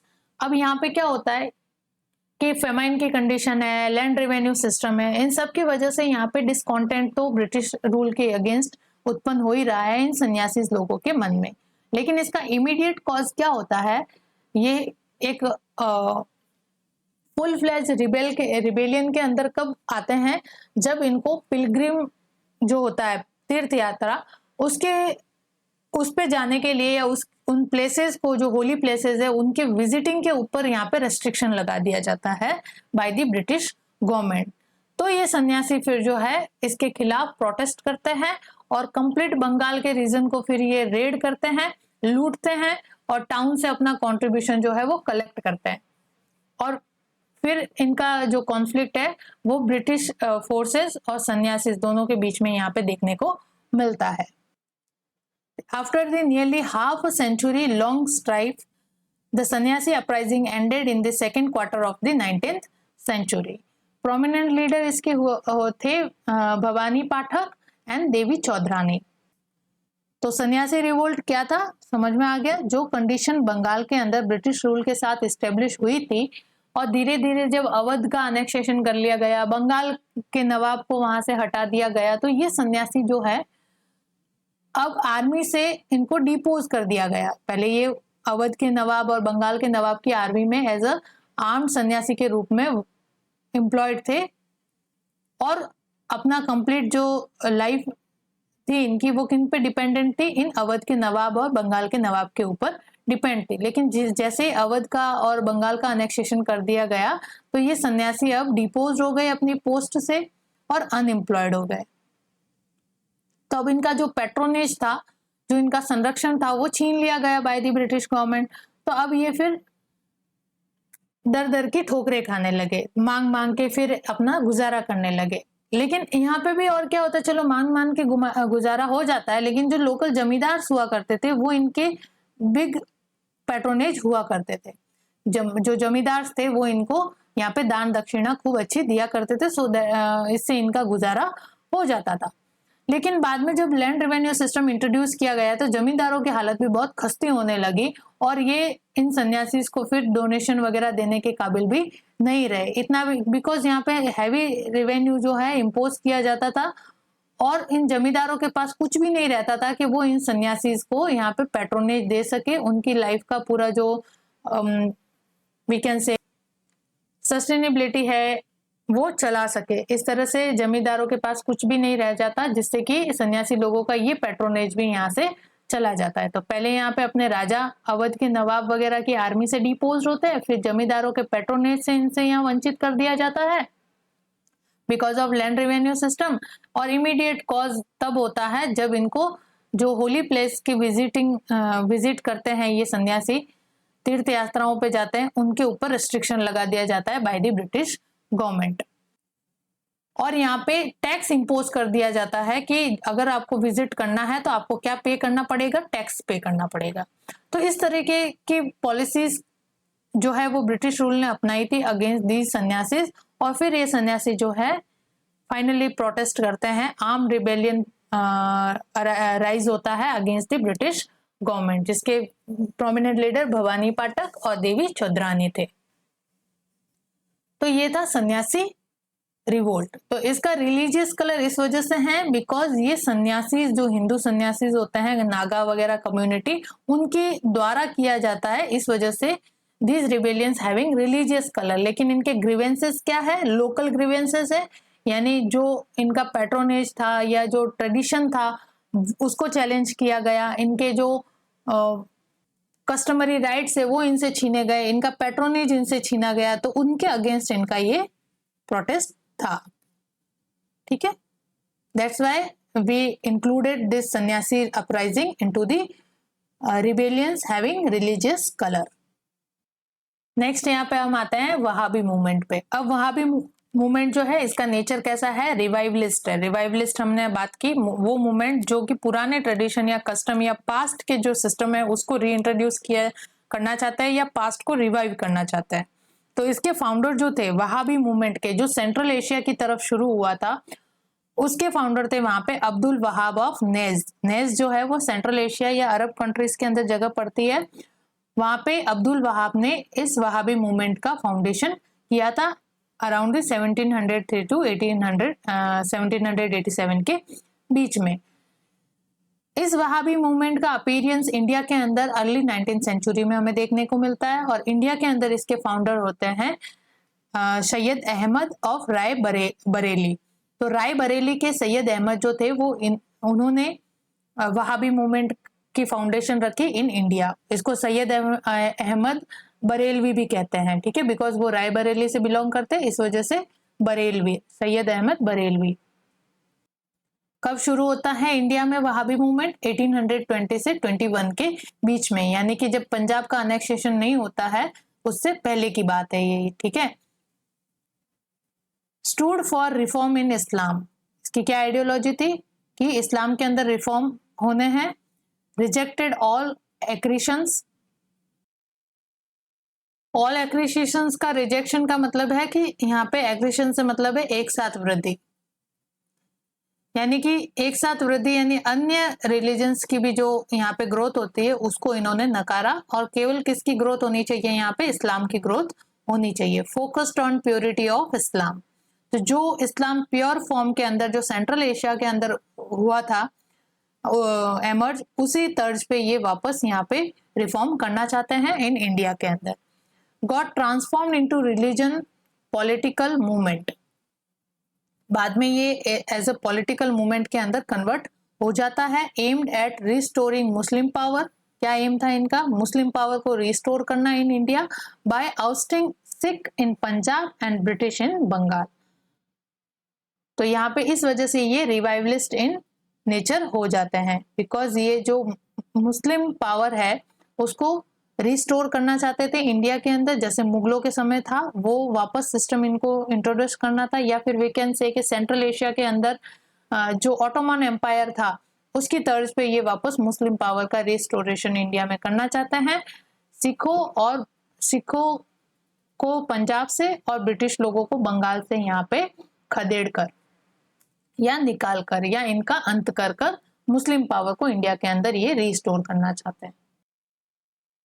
Syed Ahmad was inspired by Abdul Aziz, son of famous saint Shah Waliullah of Delhi. Period of movement जो है वो 1820 to 1870 के बीच का है, इस movement का, Wahabi movement का। Syed Ahmad first preach his doctrine in Rohilkhand, Rohilkhand के अंदर फर्स्ट टाइम इन्होंने अपनी जो ये डॉक्ट्राइन है कि मुस्लिम पावर का रिस्टोरेशन करना है by the ousting the Sikh from the Punjab and British from the Bengal, इस तरह का इनकी जो डॉक्ट्राइन की इन्होंने प्रीच है या प्रचार प्रसार है वो फर्स्ट टाइम कहाँ पे किया, रोहिलखंड के अंदर किया।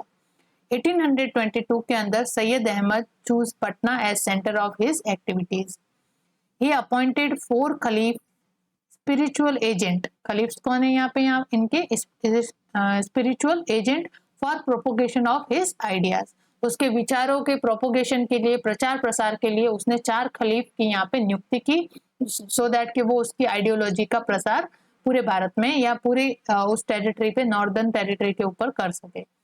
ही डिक्लेयर्ड द कंट्री एज दारुल हरब, गेव आइडिया ऑफ जिहाद।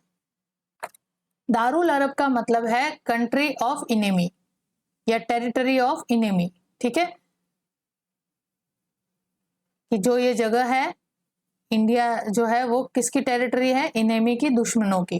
तो यहाँ से दुश्मनों को क्या करना है, अंत करना है दुश्मनों का, और मुस्लिम पावर का यहाँ पे रिस्टोर करना है। इस तरह की आइडियोलॉजी वहाबी मूवमेंट के में सैयद अहमद के द्वारा अपनाई गई इन इंडिया में, और इसने आइडिया दिया जिहाद का। जिहाद का मतलब यहाँ पे जिहाद का मतलब क्या होता है, एक तरह का सेक्रीफाइस है।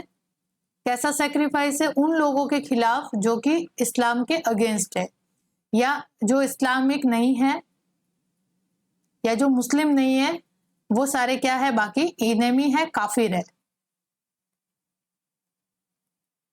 तो उन लोगों के अगेंस्ट जो अपना सेक्रीफाइस करना है, लड़ना है उनके अगेंस्ट, और फिर अपने आप की अपनी बलि देनी है या अपना बलिदान करना है, उसको हम कहते हैं जिहाद। तो जिहाद आइडियोलॉजी का यहाँ पे इंट्रोडक्शन जो है इस वहाबी मूवमेंट के द्वारा इंडिया में किया गया, यानी कि मुस्लिम सत्ता को या इस्लाम की सत्ता को रिस्टोर करने के लिए उसके रास्ते में आने वाले इनेमी से लड़ना या उनके अगेंस्ट फाइट करना ही क्या कहलाता है, जिहाद, जिसके अंदर आप अपना क्या करते हो, बलिदान देते हो। लड़ते लड़ते मर भी सकते हो, और नहीं मरते हो तो फिर हेल्प करते हो इस्लाम के पावर को रिस्टोर करने में या इस्लाम को उस धरती पे इस्टेब्लिश करने में। तो इस तरह की आइडियोलॉजी जो है वो जिहाद के अंदर होती है। जिहाद के अंदर जो नॉन मुस्लिम है उनको क्या कहा जाता है, काफिर कहा जाता है। तो काफिर के अगेंस्ट जो इनकी लड़ाई है उसी को हम कहते हैं जिहाद। और इसने, सैयद अहमद ने इंडियन टेरिटरी को क्या घोषित कर दिया, दारुल हरब। दारुल हरब यानी टेरिटरी ऑफ इनेमी, दुश्मनों की territory. He gave the movement military character. तो यहाँ पे जिहाद का इंट्रोडक्शन के साथ ही ये मूवमेंट का कैरेक्टर कैसा हो जाता है, मिलिट्री कैरेक्टर, बिकॉज यहाँ पे अब लड़ाई की बातें हो रही है, फाइट्स की बातें हो रही है। प्रेजेंटेड डॉक्ट्रिन ऑफ हिजरत। डॉक्ट्रिन ऑफ हिजरत जो है वो सेम जिहाद के जैसी है। इसके अंदर क्या कहा जाता है कि जो सैयद अहमद है वो खुद को ये बताता है कि उसको कंप्लीट पावर दी गई है गॉड के द्वारा कि वो इस टेरिटरी को लिबरेट कर सके फ्रॉम द इनेमीज। तो वही वापस कैसे इनेमीज से इस दारुल हरब या टेरिटरी ऑफ इनेमी को आप लिबरेट करोगे from the enemy by the fight.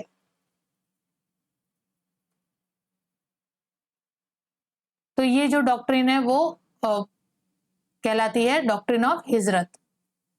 यानी जो सैयद अहमद है वो अपने आप को क्लेम करता है एज अ लिबरेटर और एज अ एस्टेब्लिशर ऑफ इस्लाम इन इंडिया, और उसको ये पावर दी गई है कि वो इस्लाम का जो है प्रचार प्रसार करे और इस्लाम प्रैक्टिस के अंदर लाए। तो ये है डॉक्ट्रिन ऑफ हिजरत। This movement moved to northwest frontier, that is पंजाबवाला province, captured Peshawar, issued coin in his name। अब इन्होंने फाइट यहाँ पे और वी कैन से कि अटैक जो है वो करने शुरू कर दिए हैं ऑन द नेम ऑफ जिहाद और अंडर द आइडियोलॉजी ऑफ जिहाद, बिकॉज उनका यही था कि ब्रिटिश और सिख लोगों को यहाँ से इंडिया से इनका अंत करो और कंप्लीट जो इस्लाम की सत्ता है उसको रिस्टोर करो। तो ये फिर नॉर्थ वेस्ट फ्रंटियर की तरफ चल जाते हैं, पेशावर को कैप्चर करते हैं और issue coin in his name. Syed Ahmad ने अपने नाम के वहां पे कॉइन इशू किए। Wage jihad against Sikh in 1826, और 1826 के अंदर सिखों के साथ भी जिहाद जो है वो किया, यानी कि फाइट की बेसिकली। इशूड अ पैम्पलेट तारगीज उल जिहाद अगेंस्ट सिख, और सिखों के खिलाफ इसने एक पैम्पलेट जारी किया जिसका नाम था तारगीज उल जिहाद, जिसके अंदर वही जैसे फतवा के अंदर होता है कि भाई सिखों को मारना है, सिखों को यहाँ से भगाना है, सिखों की कंप्लीट टेरिटरी को अनेक्स करना है, इस्लाम का रूल इस्टेब्लिश करना है, इस तरह की बातें फिर इस तारगीज उल जिहाद के अंदर की गई होगी। Syed Ahmad was killed in a battle of Balakot in 1831 with the Sikh. फिर सिखों के साथ इनकी भिड़ंत होती है और 1831 के अंदर बैटल ऑफ बालाकोट होता है जिसके अंदर सैयद अहमद जो है वो मारा जाता है। After his death Patna become the centre of this movement. तो सैयद अहमद की मृत्यु के बाद मेन जो सेंटर बनता है इस मूवमेंट का, वहाबी मूवमेंट का, that is Patna. Followers known as maulvis, और इसके फॉलोअर्स, इस वहाबी मूवमेंट के जो फॉलोअर्स थे या सैयद अहमद के जो फॉलोअर्स है उनको किस नाम से जाना जाता है? मौलवी के नाम से जाना जाता है। तो आज जितने भी हम कहते हैं मस्जिदों के अंदर मौलवी, तो मौलवी टर्म जो है वो किससे रिलेटेड है? वहाबी मूवमेंट या सैयद अहमद के जो फॉलोअर्स थे उन फॉलोअर्स का नाम क्या दिया जाता था? Maulvis. Bengal was main area of activity, और एक्टिविटी का मेन एरिया क्या हुआ करता था? Bengal. In Bengal they establish a system of collection of taxes also, और बंगाल के अंदर इन्होंने टैक्स कलेक्शन का सिस्टम भी इस्टेब्लिश किया था फॉर द इस्लाम, कि भाई इस्लाम के प्रचार प्रसार के लिए, इस्लाम की सत्ता को रिस्टोर करने के लिए। ऐसे होते हैं ऑर्थोडॉक्स टाइप के लोग जो होते हैं वो, और ऐसे जो मुस्लिम थे जो इस चीज पे या वहाबी आइडियोलॉजी को समर्थन देते थे, वो फिर इनको क्या देते थे? टैक्स देते थे, सो दैट कि वो अपना और ज्यादा प्रचार प्रसार कर सके और अपने जो आइडियोलॉजी है वो लोगों के बीच में थ्रू द पैम्पलेट है, थ्रू द पब्लिकेशन है, बुक्स वगैरह के थ्रू ये और ज्यादा फैला सके।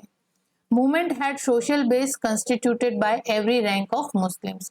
तो यहाँ पे जो इस मूवमेंट के सोशल बेस था, जो लोगों के यहाँ पे पार्टिसिपेशन था, वो not only from the lower Muslim या लोअर क्लास मुस्लिम, या वी कैन से कि इलिटरेट लोग थे जो पुराने ट्रेडिशन के ऊपर ही जीते थे, वैसे ही लोग इसके अंदर पार्टिसिपेट करते नहीं, ऐसा नहीं था। जो हायर एजुकेटेड लोग भी थे वो भी इस वहाबी मूवमेंट के हिस्सा थे। अब वो डिपेंड करता है, एजुकेशन प्राप्त कर लेना मतलब ये नहीं है कि वो आपके मेंटल स्टेटस को चेंज कर सके। एजुकेशन के अंदर कुछ लोग जो है एजुकेटेड होते हुए भी इस स्टेटस पे नहीं पहुंच पाते हैं कि वो चीजों को क्रिटिकली एनालिसिस करके उसके ड्रॉबैक्स और पॉजिटिव एस्पेक्ट देख सके।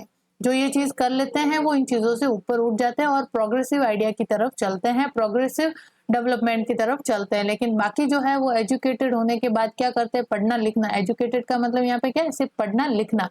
पढ़ना लिखना सीखने के बाद वही पढ़ते लिखते हैं जो उनके दिमाग में रहता है कि भाई पुरानी चीजों को रीइंट्रोड्यूस करना है, हमारा इस्लाम ऐसा हुआ करता था, इस्लाम की सत्ता सब जगह होनी चाहिए।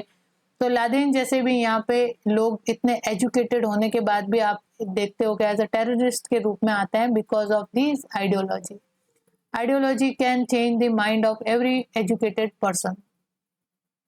तो सेम चीज वहाबी मूवमेंट के अंदर उस समय इंट्रोड्यूस की गई थी जब रंजीत सिंह का तो जो रूल है वो स्टेब्लिश भी नहीं हुआ था। In Bengal it represented peasant struggle against zamindars also. और बंगाल के अंदर फिर इन्होंने जमींदारों के अगेंस्ट पीजेंट लोगों का भी साथ दिया और उनके स्ट्रगल को भी सपोर्ट किया। Spread to Bihar, Bengal, Punjab, north west frontier province, Madras and influence Deccan also.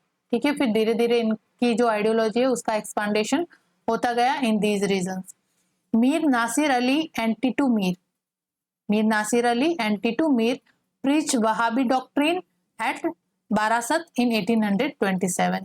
तो टीटू मीर और मीर नासिर अली जो थे वो वहाबी डॉक्ट्रिन के सपोर्टर थे और उन्होंने फर्स्ट टाइम 1827 में बारासत के अंदर इस डॉक्ट्रिन को प्रीच किया after the death of Syed Ahmad.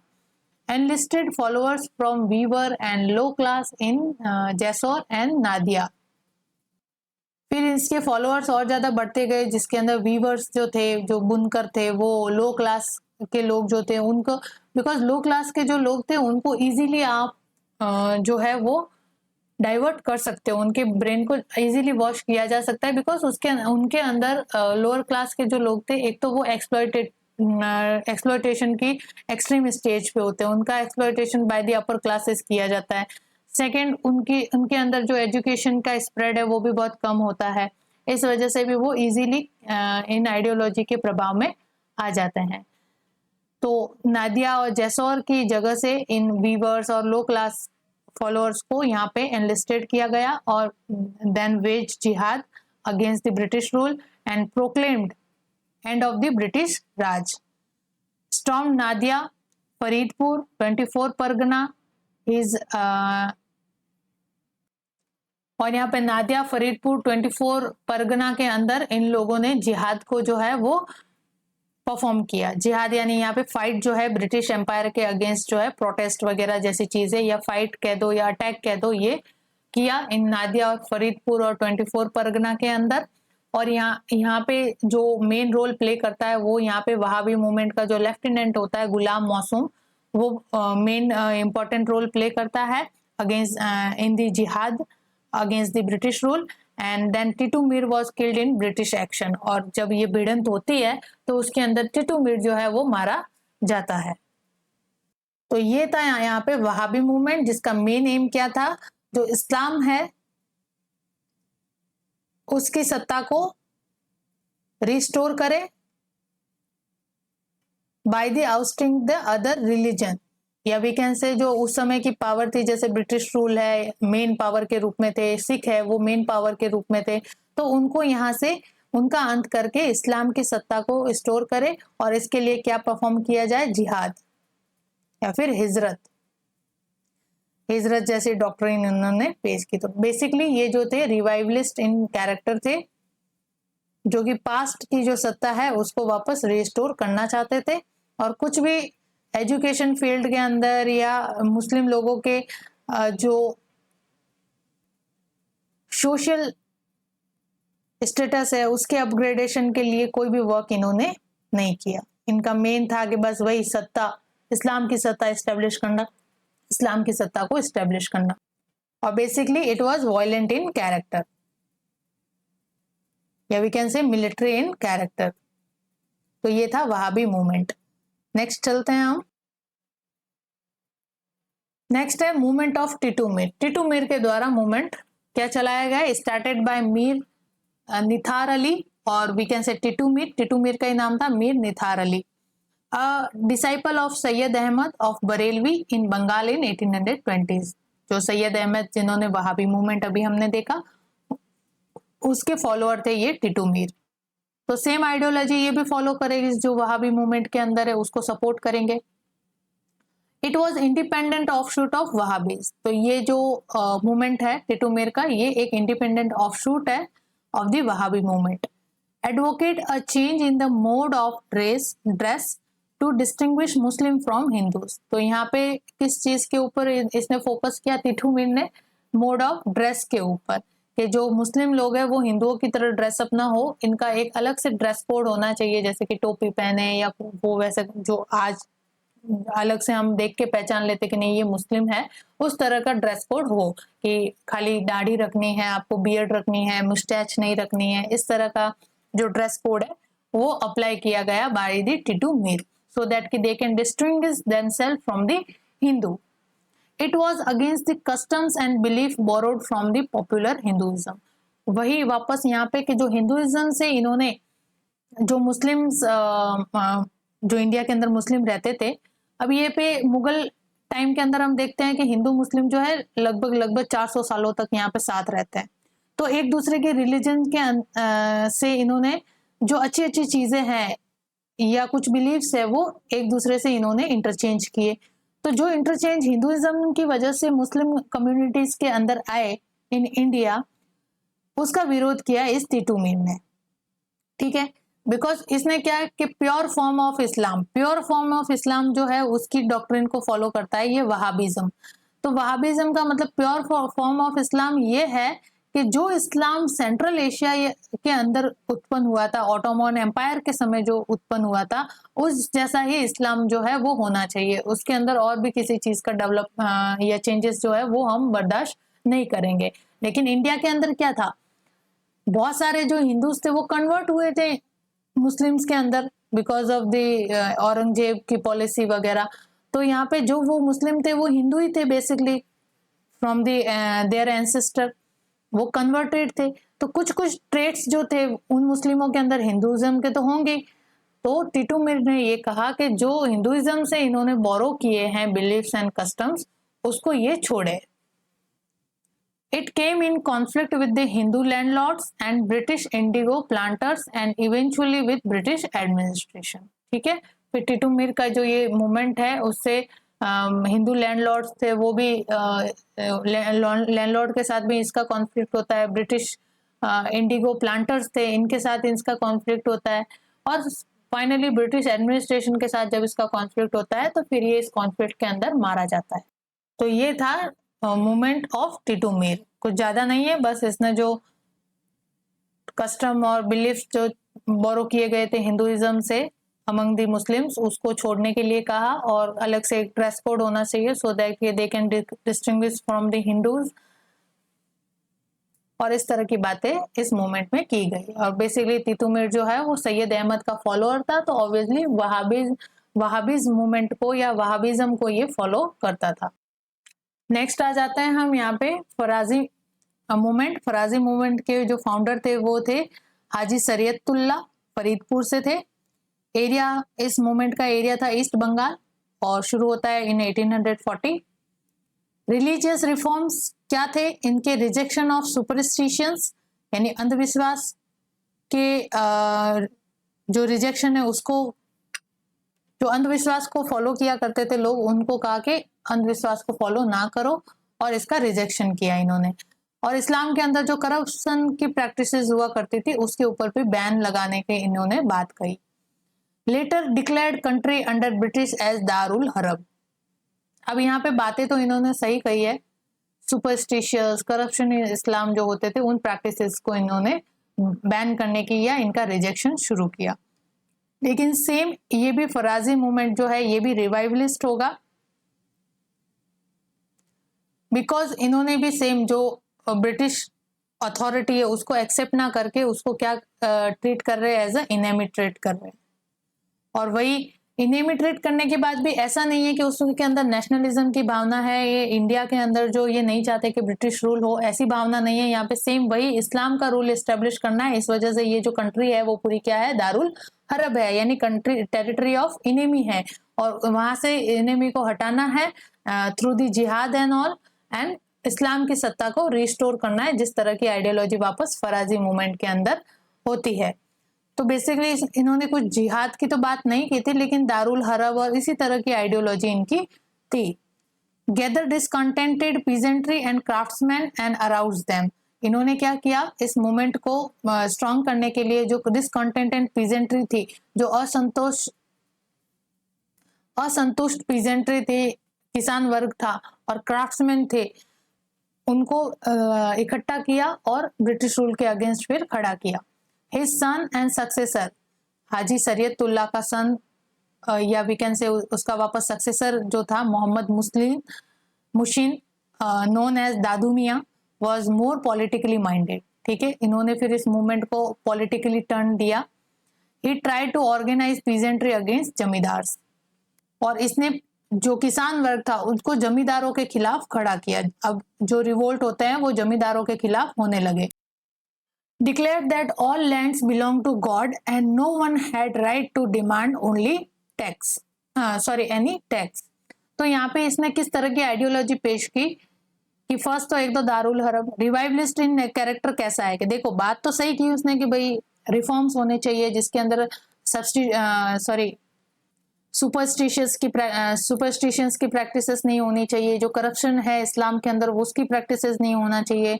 तो सोशल इविल्स को हटाने की तो बात की गई, लेकिन इसके साथ ही वापस वही टेंडेंसी कि दारुल हरब है ये कंट्री, तो इसको यहाँ से इनेमी से मुक्त करना है।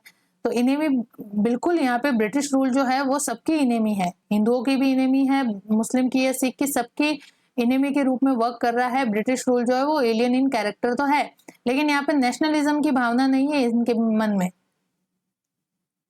फरारजी मूवमेंट के लोगों फॉलोअर्स के मन में नेशनलिज्म की भावना ना हो करके सेम वही इस्लाम की सत्ता के रिस्टोरेशन वाली भावना है, जिसके अंदर वो कहते हैं कि ये जो पूरी की पूरी लैंड है ये बिलोंग करती है किनसे, गॉड से। जोड़ किससे रहे वापस, गॉड से। इस वजह से ये रिवाइवलिस्ट इन नेचर है कि जो पूरी टेरिटरी है इंडिया की या जो ये जमीन है ये गॉड से बिलोंग करती है, और किसी भी एंटिटीज को ये राइट नहीं है कि इस लैंड के ऊपर टैक्स इम्पोज करे। सिर्फ गॉड ही है, only God has a right to levy tax and all, या फिर God have control of this land. तो हम इंसान जो है वो सिर्फ इस धरती से अपने जो सस्टेनेबल लाइफ है उसको चला सकता है by the cultivating activities and all, बाकी किसी तरह का टैक्स कलेक्शन वाला काम जो है वो नहीं कर सकते। तो इस तरह की आइडियोलॉजी इन्होंने पेश की। He set up his headquarter at Bahadurpur, divided East Bengal into circles, और इन्होंने फिर जो ईस्ट बंगाल का जो एरिया है उनको सर्कल्स में डिवाइड किया जिसको हल्का कहते हैं। Appointed a deputy to promote sect, और वहां पे उन जो हल्कास इन्होंने सर्कल्स जो इन्होंने क्रिएट किए थे वहां पे उन्होंने अपने अपने एक डिप्टी अपॉइंट कर दिया, सो दैट कि इस आइडियोलॉजी का प्रचार प्रसार या प्रोपोगेट वो कर सके।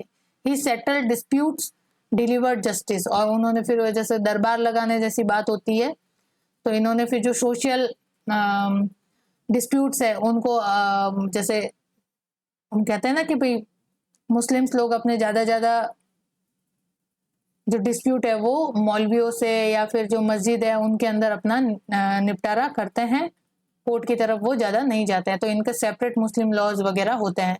तो इसी तरह से उसने भी फिर ये जो सोशल डिस्प्यूट्स वगैरह है वो ऐसे सॉल्व करने के लिए, या उसको एज अ कहते हैं ना गॉड के रूप में ट्रीट करे या मसीहा के रूप में ट्रीट करने लगे लोग, और उससे फिर वो जस्टिस की उम्मीद करने लगे। या वी कैन से आज के टाइम में जो लोग माफिया वगैरह करते हैं, जैसे हमने वो जो पावरफुल पर्सनालिटीज है वो अपने लेवल पे जो जस्टिस डिलीवर करती है अमंग द सोसाइटीज, वही सर्वे सर्वा होता है, उसको चैलेंज फिर आगे नहीं करते और लोग एक्सेप्ट कर दिए जाते। इस तरह का सिस्टम इसने चालू किया। देन ही अरेस्टेड इन 1857, फिर 1857 के रिवोल्ट होता है जिसके अंदर ये ब्रिटिश गवर्नमेंट के खिलाफ वापस वही रिबेल करता है, और फाइनली इसको 1857 में अरेस्ट कर लिया जाता है। This movement got emerge into Wahhabi movement later, फिर मर्ज, तो ये मूवमेंट जो है बाद में वहाबी मूवमेंट जो था उसके अंदर मर्ज हो जाता है because of the same ideology. ये भी यही चाहते थे कि इस्लाम की सत्ता का रिस्टोरेशन किया जाए, इस वजह से बाद में ये मूवमेंट जो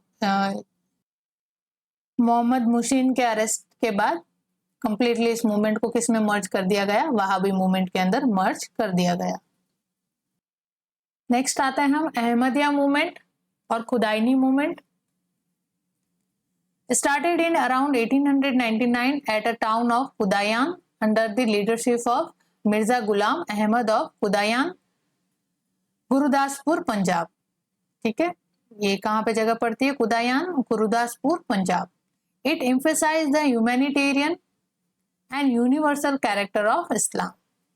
इसका भी कलर रिलीजियस है बिकॉज ये इस्लाम के ह्यूमैनिटेरियन यानी मानवता का सपोर्ट करता है, अच्छी बात है। और यहाँ पे यूनिवर्सल कैरेक्टर ऑफ इस्लाम जो है उसको मानता है, ये इस चीजों पे एम्फेसाइज या जोर है वो डालता है। Aimed at a restoration of the free and unpolluted faith of Islam to the followers of prophet. इनका क्या एम था कि जो प्रॉफिट के फॉलोअर है उनके अंदर जो अनपॉल्यूटेड फेथ है, बाद में इस्लाम के अंदर बहुत सारे पॉल्यूशन आ गए, लाइक कि शरीयत वगैरह, शरिया रूल वगैरह, ये सारी चीजें जो है वो प्योर इस्लाम के अंदर नहीं है। प्योर इस्लाम जो है वो कुरान के अंदर लिखा गया है और उस फॉर्म को ये एक्सेप्ट करते हैं। कौन? अहमदिया। तो जो अहमदिया है वो ह्यूमैनिटेरियन मेजर जो कुरान के अंदर लिखा गया है कि मानवता जैसी चीजें, ये जिहाद विहाद कुरान के अंदर शायद नहीं लिखा हुआ है। शरीयत वगैरह, शरिया लॉ जो है वो सब अलग से ये प्रैक्टिसेस स्टार्ट हुई थी। तो इन सारी चीजों को साइड में रखते हुए जो प्योर फॉर्म है इस्लाम का, अनपॉल्यूटेड फॉर्म है, उसके रिस्टोरेशन के ऊपर ये जोर डालते हैं, एम्फसाइज करते हैं। It also emphasized that the technological progress should be regarded by the Muslim as a part of God's purpose and should be given religious recognition. और इन्होंने फिर ये भी एक्सेप्ट किया कि जो टेक्नोलॉजिकल प्रोग्रेस है उनको भी इस्लाम या मुस्लिम लोगों को एक्सेप्ट करना चाहिए, ऐसे मान के कि ये गॉड की ही मर्जी है कि ये टेक्नोलॉजिकल प्रोग्रेस हो रही है तो उसको एक्सेप्ट करो, उसको रिजेक्ट मत करो। जैसे कई देशों में ऐसा होता है या कई मुस्लिम सेक्ट्स में ऐसा होता है कि वो म्यूजिक सुनने को हराम मानते हैं या ऐसी कोई भी लग्जरी या एंटरटेनमेंट की जो चीजें हैं उनका यूज करने को वो हराम मानते हैं। तो इस तरह की प्रैक्टिसेस ना करें, यानी अगर कोई टेक्नोलॉजिकल प्रोग्रेस हो रही है तो उसको आप रिजेक्ट मत करो, एक्सेप्ट करो, सो दैट कि कंप्लीटली मुस्लिम सेक्ट जो है इसका या मुस्लिम सोसाइटी का जो है वो उत्थान हो सके, प्रोग्रेस हो सके। नेक्स्ट यहाँ पे आते हैं strictly a political in nature. It was conservative in social morals. They're conservative थे यहाँ, सोशल मोरल्स के अंदर जो थे वो कंजर्वेटिव थे, प्रोग्रेसिव थॉट के यहाँ पे नहीं थे। इस वजह से हम कह सकते हैं ये भी कैसे नेचर के थे, रिवाइवलिस्ट नेचर थे के, बिकॉज रिफॉर्मिस्ट नेचर अगर होगा तो वो न्यू सिस्टम को इंट्रोडक्शन की बात करेंगे, न्यू रिफॉर्म्स या सुधार जो है या कंप्लीट चेंजेस की बात करेंगे। यहाँ पे ऐसी चीज नहीं है, ये सोशल मोरल्स के अंदर कंजर्वेटिव नेचर के थे, ना कि प्रोग्रेसिव नेचर के थे। इन्होंने कुछ कुछ प्रोग्रेसिव आइडियाज अपनाए, जैसे टेक्नोलॉजी को एक्सेप्ट करो, ह्यूमैनिटेरियन मेजर्स होने चाहिए, प्योर इस्लाम, अनपॉल्यूटेड इस्लाम जो है उसको एक्सेप्ट करो, इस तरह की बातें इन्होंने की है। लेकिन स्टिल ये भी जो है रिवाइवलिस्ट इन नेचर है, ना कि रिफॉर्मिस्ट इन नेचर है। There was a split in this movement in 1914 into a Qadiani and Lahori. फिर इस मूवमेंट के अंदर दो ब्रांच हो जाती है, एक तो रह जाती है खुदाइनी जहां से ओरिजिनेट हुई है, एंड सेकंड जो है वो बनती है लाहौरी ब्रांच। ठीक है, तो ये था अहमदिया मूवमेंट। तो यहाँ पे अहमदिया मूवमेंट जो लिबरल प्रिंसिपल्स के ऊपर बेस्ड था, जो ह्यूमैनिटेरियन मेजर्स के ऊपर एम्फेसाइज करता था, और इन्होंने जिहाद वगैरह जैसी चीजों को नकारा। और इन्होंने कुछ प्रोग्रेसिव आइडियाज भी अपनाए, कुछ प्रोग्रेसिव थॉट्स भी अपनाए, जिनका इंट्रोडक्शन इन्होंने किया। तो वी कैन से ये कुछ कुछ बातों में तो रिवाइवलिस्ट नेचर के थे और कुछ कुछ बातों में ये रिफॉर्मिस्ट नेचर के थे, पर कंप्लीट कोई रिफॉर्मिस्ट कैरेक्टर इनका सामने नहीं होता है। तो यहाँ पे लिबरल थे, एजुकेशन को सपोर्ट कर रहे थे, टेक्नोलॉजिकल इंट्रोडक्शन को मुस्लिम्स के अंदर इंट्रोड्यूस करने की या उनको एक्सेप्ट करने की बात कर रहे थे, वेस्टर्न लिबरल एजुकेशन का सपोर्ट कर रहे थे।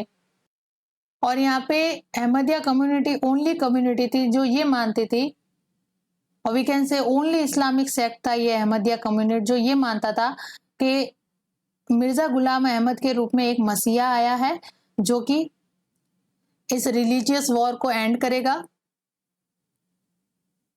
और वापस मॉरलिटी, पीस एंड जस्टिस की स्थापना करेगा। जो ये रिलीजियस वॉर और ब्लड शेड हो रहे हैं जिहाद और इन सब आइडियोलॉजी की वजह से, उनको खत्म करके peaceful and morality and justice की स्थापना करेगा। तो इस तरह की ये आइडियोलॉजी रखते थे।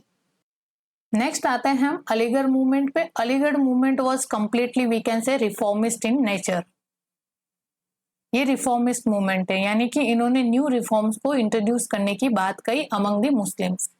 Started by Syed Ahmad Khan in 1860s based on the liberal interpretation of Quran. It aimed at spreading Western and scientific education among Muslim masses. इन्होंने किस बात पे जोर दिया? वेस्टर्न और साइंटिफिक एजुकेशन के स्प्रेड को अमंग द मुस्लिम मासेस, यानी मुस्लिम लोगों के बीच में जो वेस्टर्न और साइंटिफिक एजुकेशन है उसके प्रचार को उसको और ज्यादा बढ़ाया जाए, उसके ऊपर इन्होंने फोकस किया। Foundation of scientific society in 1864। इन्होंने सर सैयद अहमद खान ने साइंटिफिक सोसाइटी इन 1864 की स्थापना की to introduce the western science through Urdu translation. और इस साइंटिफिक सोसाइटी के थ्रू उन्होंने उर्दू ट्रांसलेट करके मुस्लिम मासेस के बीच में वेस्टर्न साइंस के एजुकेशन का प्रमोशन किया। पब्लिशिंग ऑफ उर्दू जर्नल्स तहजीब अल अखलक इन 1817, और इनके द्वारा तहजीब अल अखलक एक जर्नल जो था उर्दू जर्नल उसका पब्लिश किया गया, जिसके अंदर भी सेम प्रोग्रेसिव आइडियाज या प्रोग्रेसिव थॉट्स की रिप्रेजेंटेशन की गई। Establishment of Aligarh Anglo Mohammedan oriental college in 1875।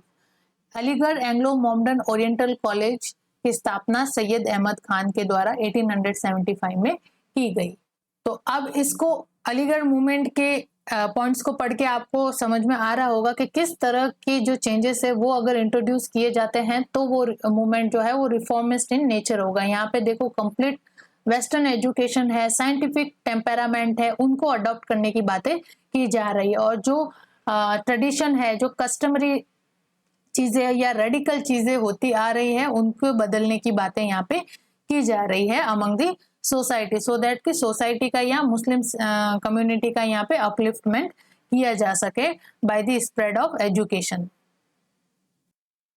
His interpretation of Islam emphasized the validity of free inquiry and similarity between Quranic revelation and the law of nature discovered by modern science। तो इनकी जो interpretation थी इस्लाम की वो किस तरह की थी कि ये एम्फेसाइज करते थे वैलिडिटी ऑफ फ्री इंक्वायरी, यानी कि व्यक्ति को हर चीज की क्या करनी चाहिए, इंक्वायरी करनी चाहिए, इसकी वैलिडिटी होनी चाहिए। अदरवाइज क्या है यहाँ पे, अगर आप कुरान के अंदर जो बातें हैं उसके ऊपर अगर क्वेश्चन करते हो तो आपको क्या काफिर कहा जाएगा, या फिर आपकी थॉट्स को नकारा जाएगा, यहाँ पे आपको कहा जाएगा कि आप तो इस्लाम के इनेमी है। इस तरह से ट्रीटमेंट नहीं होना चाहिए। अगर आपके रिलीजन की बुक को पढ़ते वक्त उसके अंदर कोई बात है, उसकी कितनी वैलिडिटी है, उसके ऊपर अगर आप इंक्वायरी करना चाहो तो इस इंक्वायरी को आपको वेलकम करना चाहिए। इस तरह की इंटरप्रिटेशन सैयद अहमद खान के द्वारा की गई।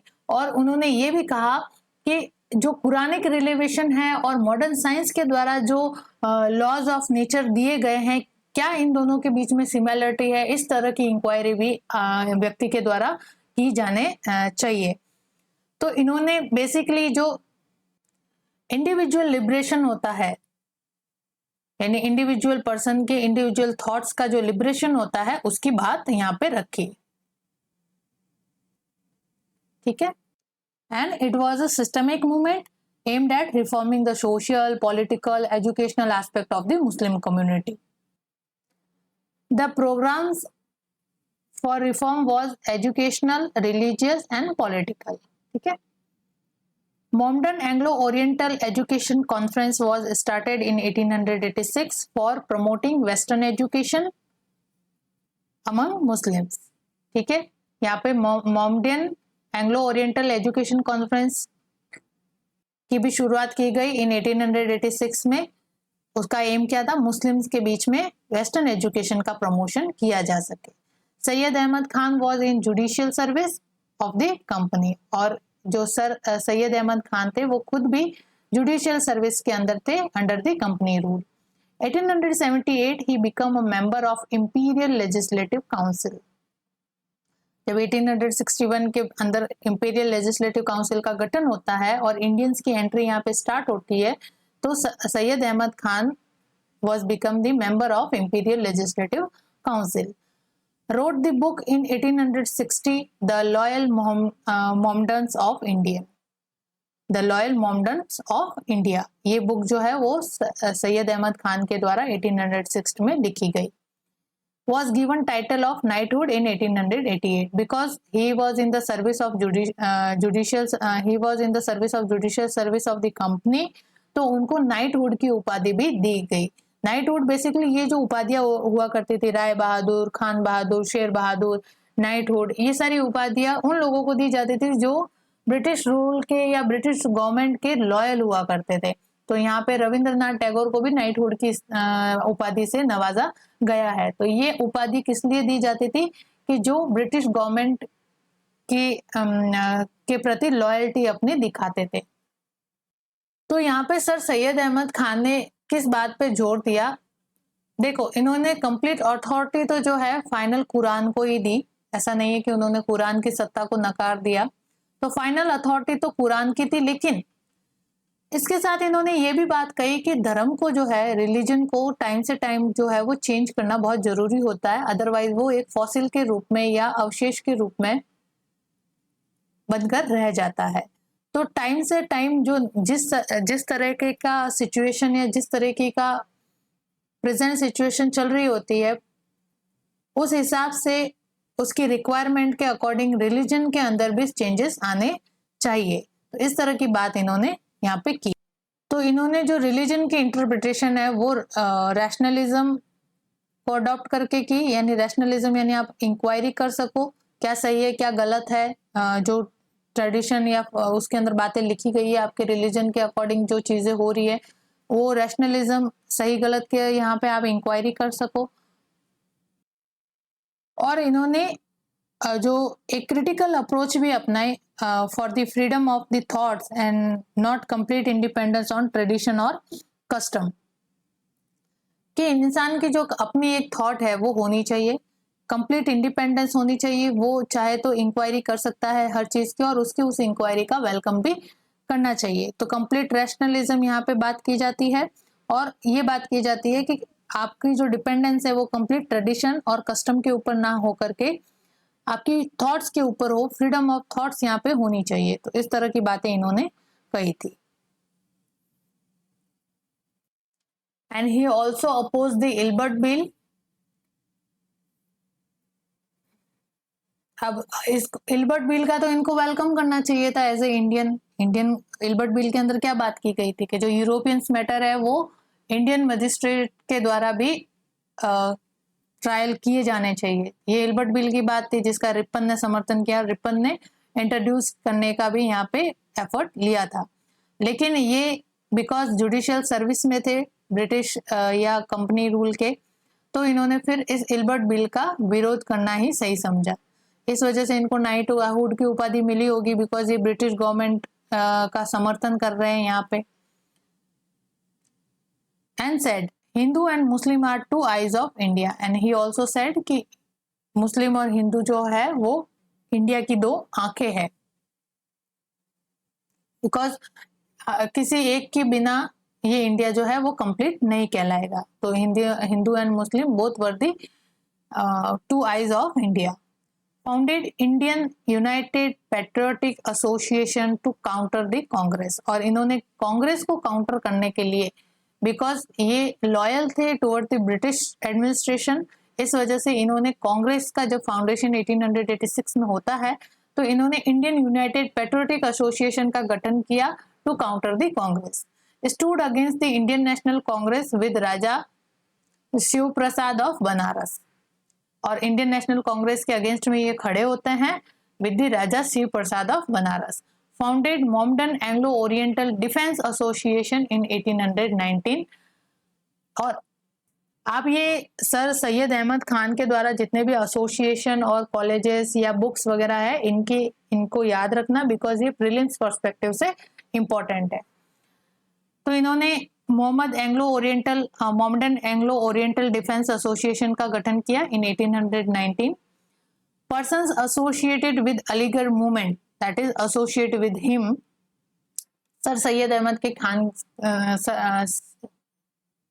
अहमद खान के साथ और कौन कौन इस अलीगढ़ मूवमेंट के साथ एसोसिएट थे, उनके नाम है अल्ताफ हुसैन अली, मौलवी नाजिर अहमद, मौलवी Shibli Numani. These were the follower of Sayyid Ahmad Khan, or we can say Aligarh movement. So Aligarh movement was completely reformist in nature.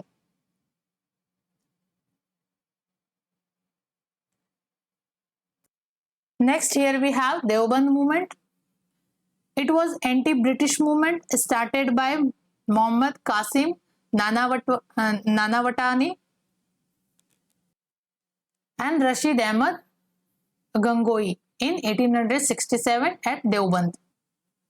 Deoband जगह का नाम है, इस वजह से इसको कहा गया देवबंद मूवमेंट, जो किनके द्वारा स्टार्ट किया गया, Mohammad Qasim Nanautavi and Rashid Ahmad Gangohi, aimed at upliftment of Muslim through religious education and resuscitated classical Islam.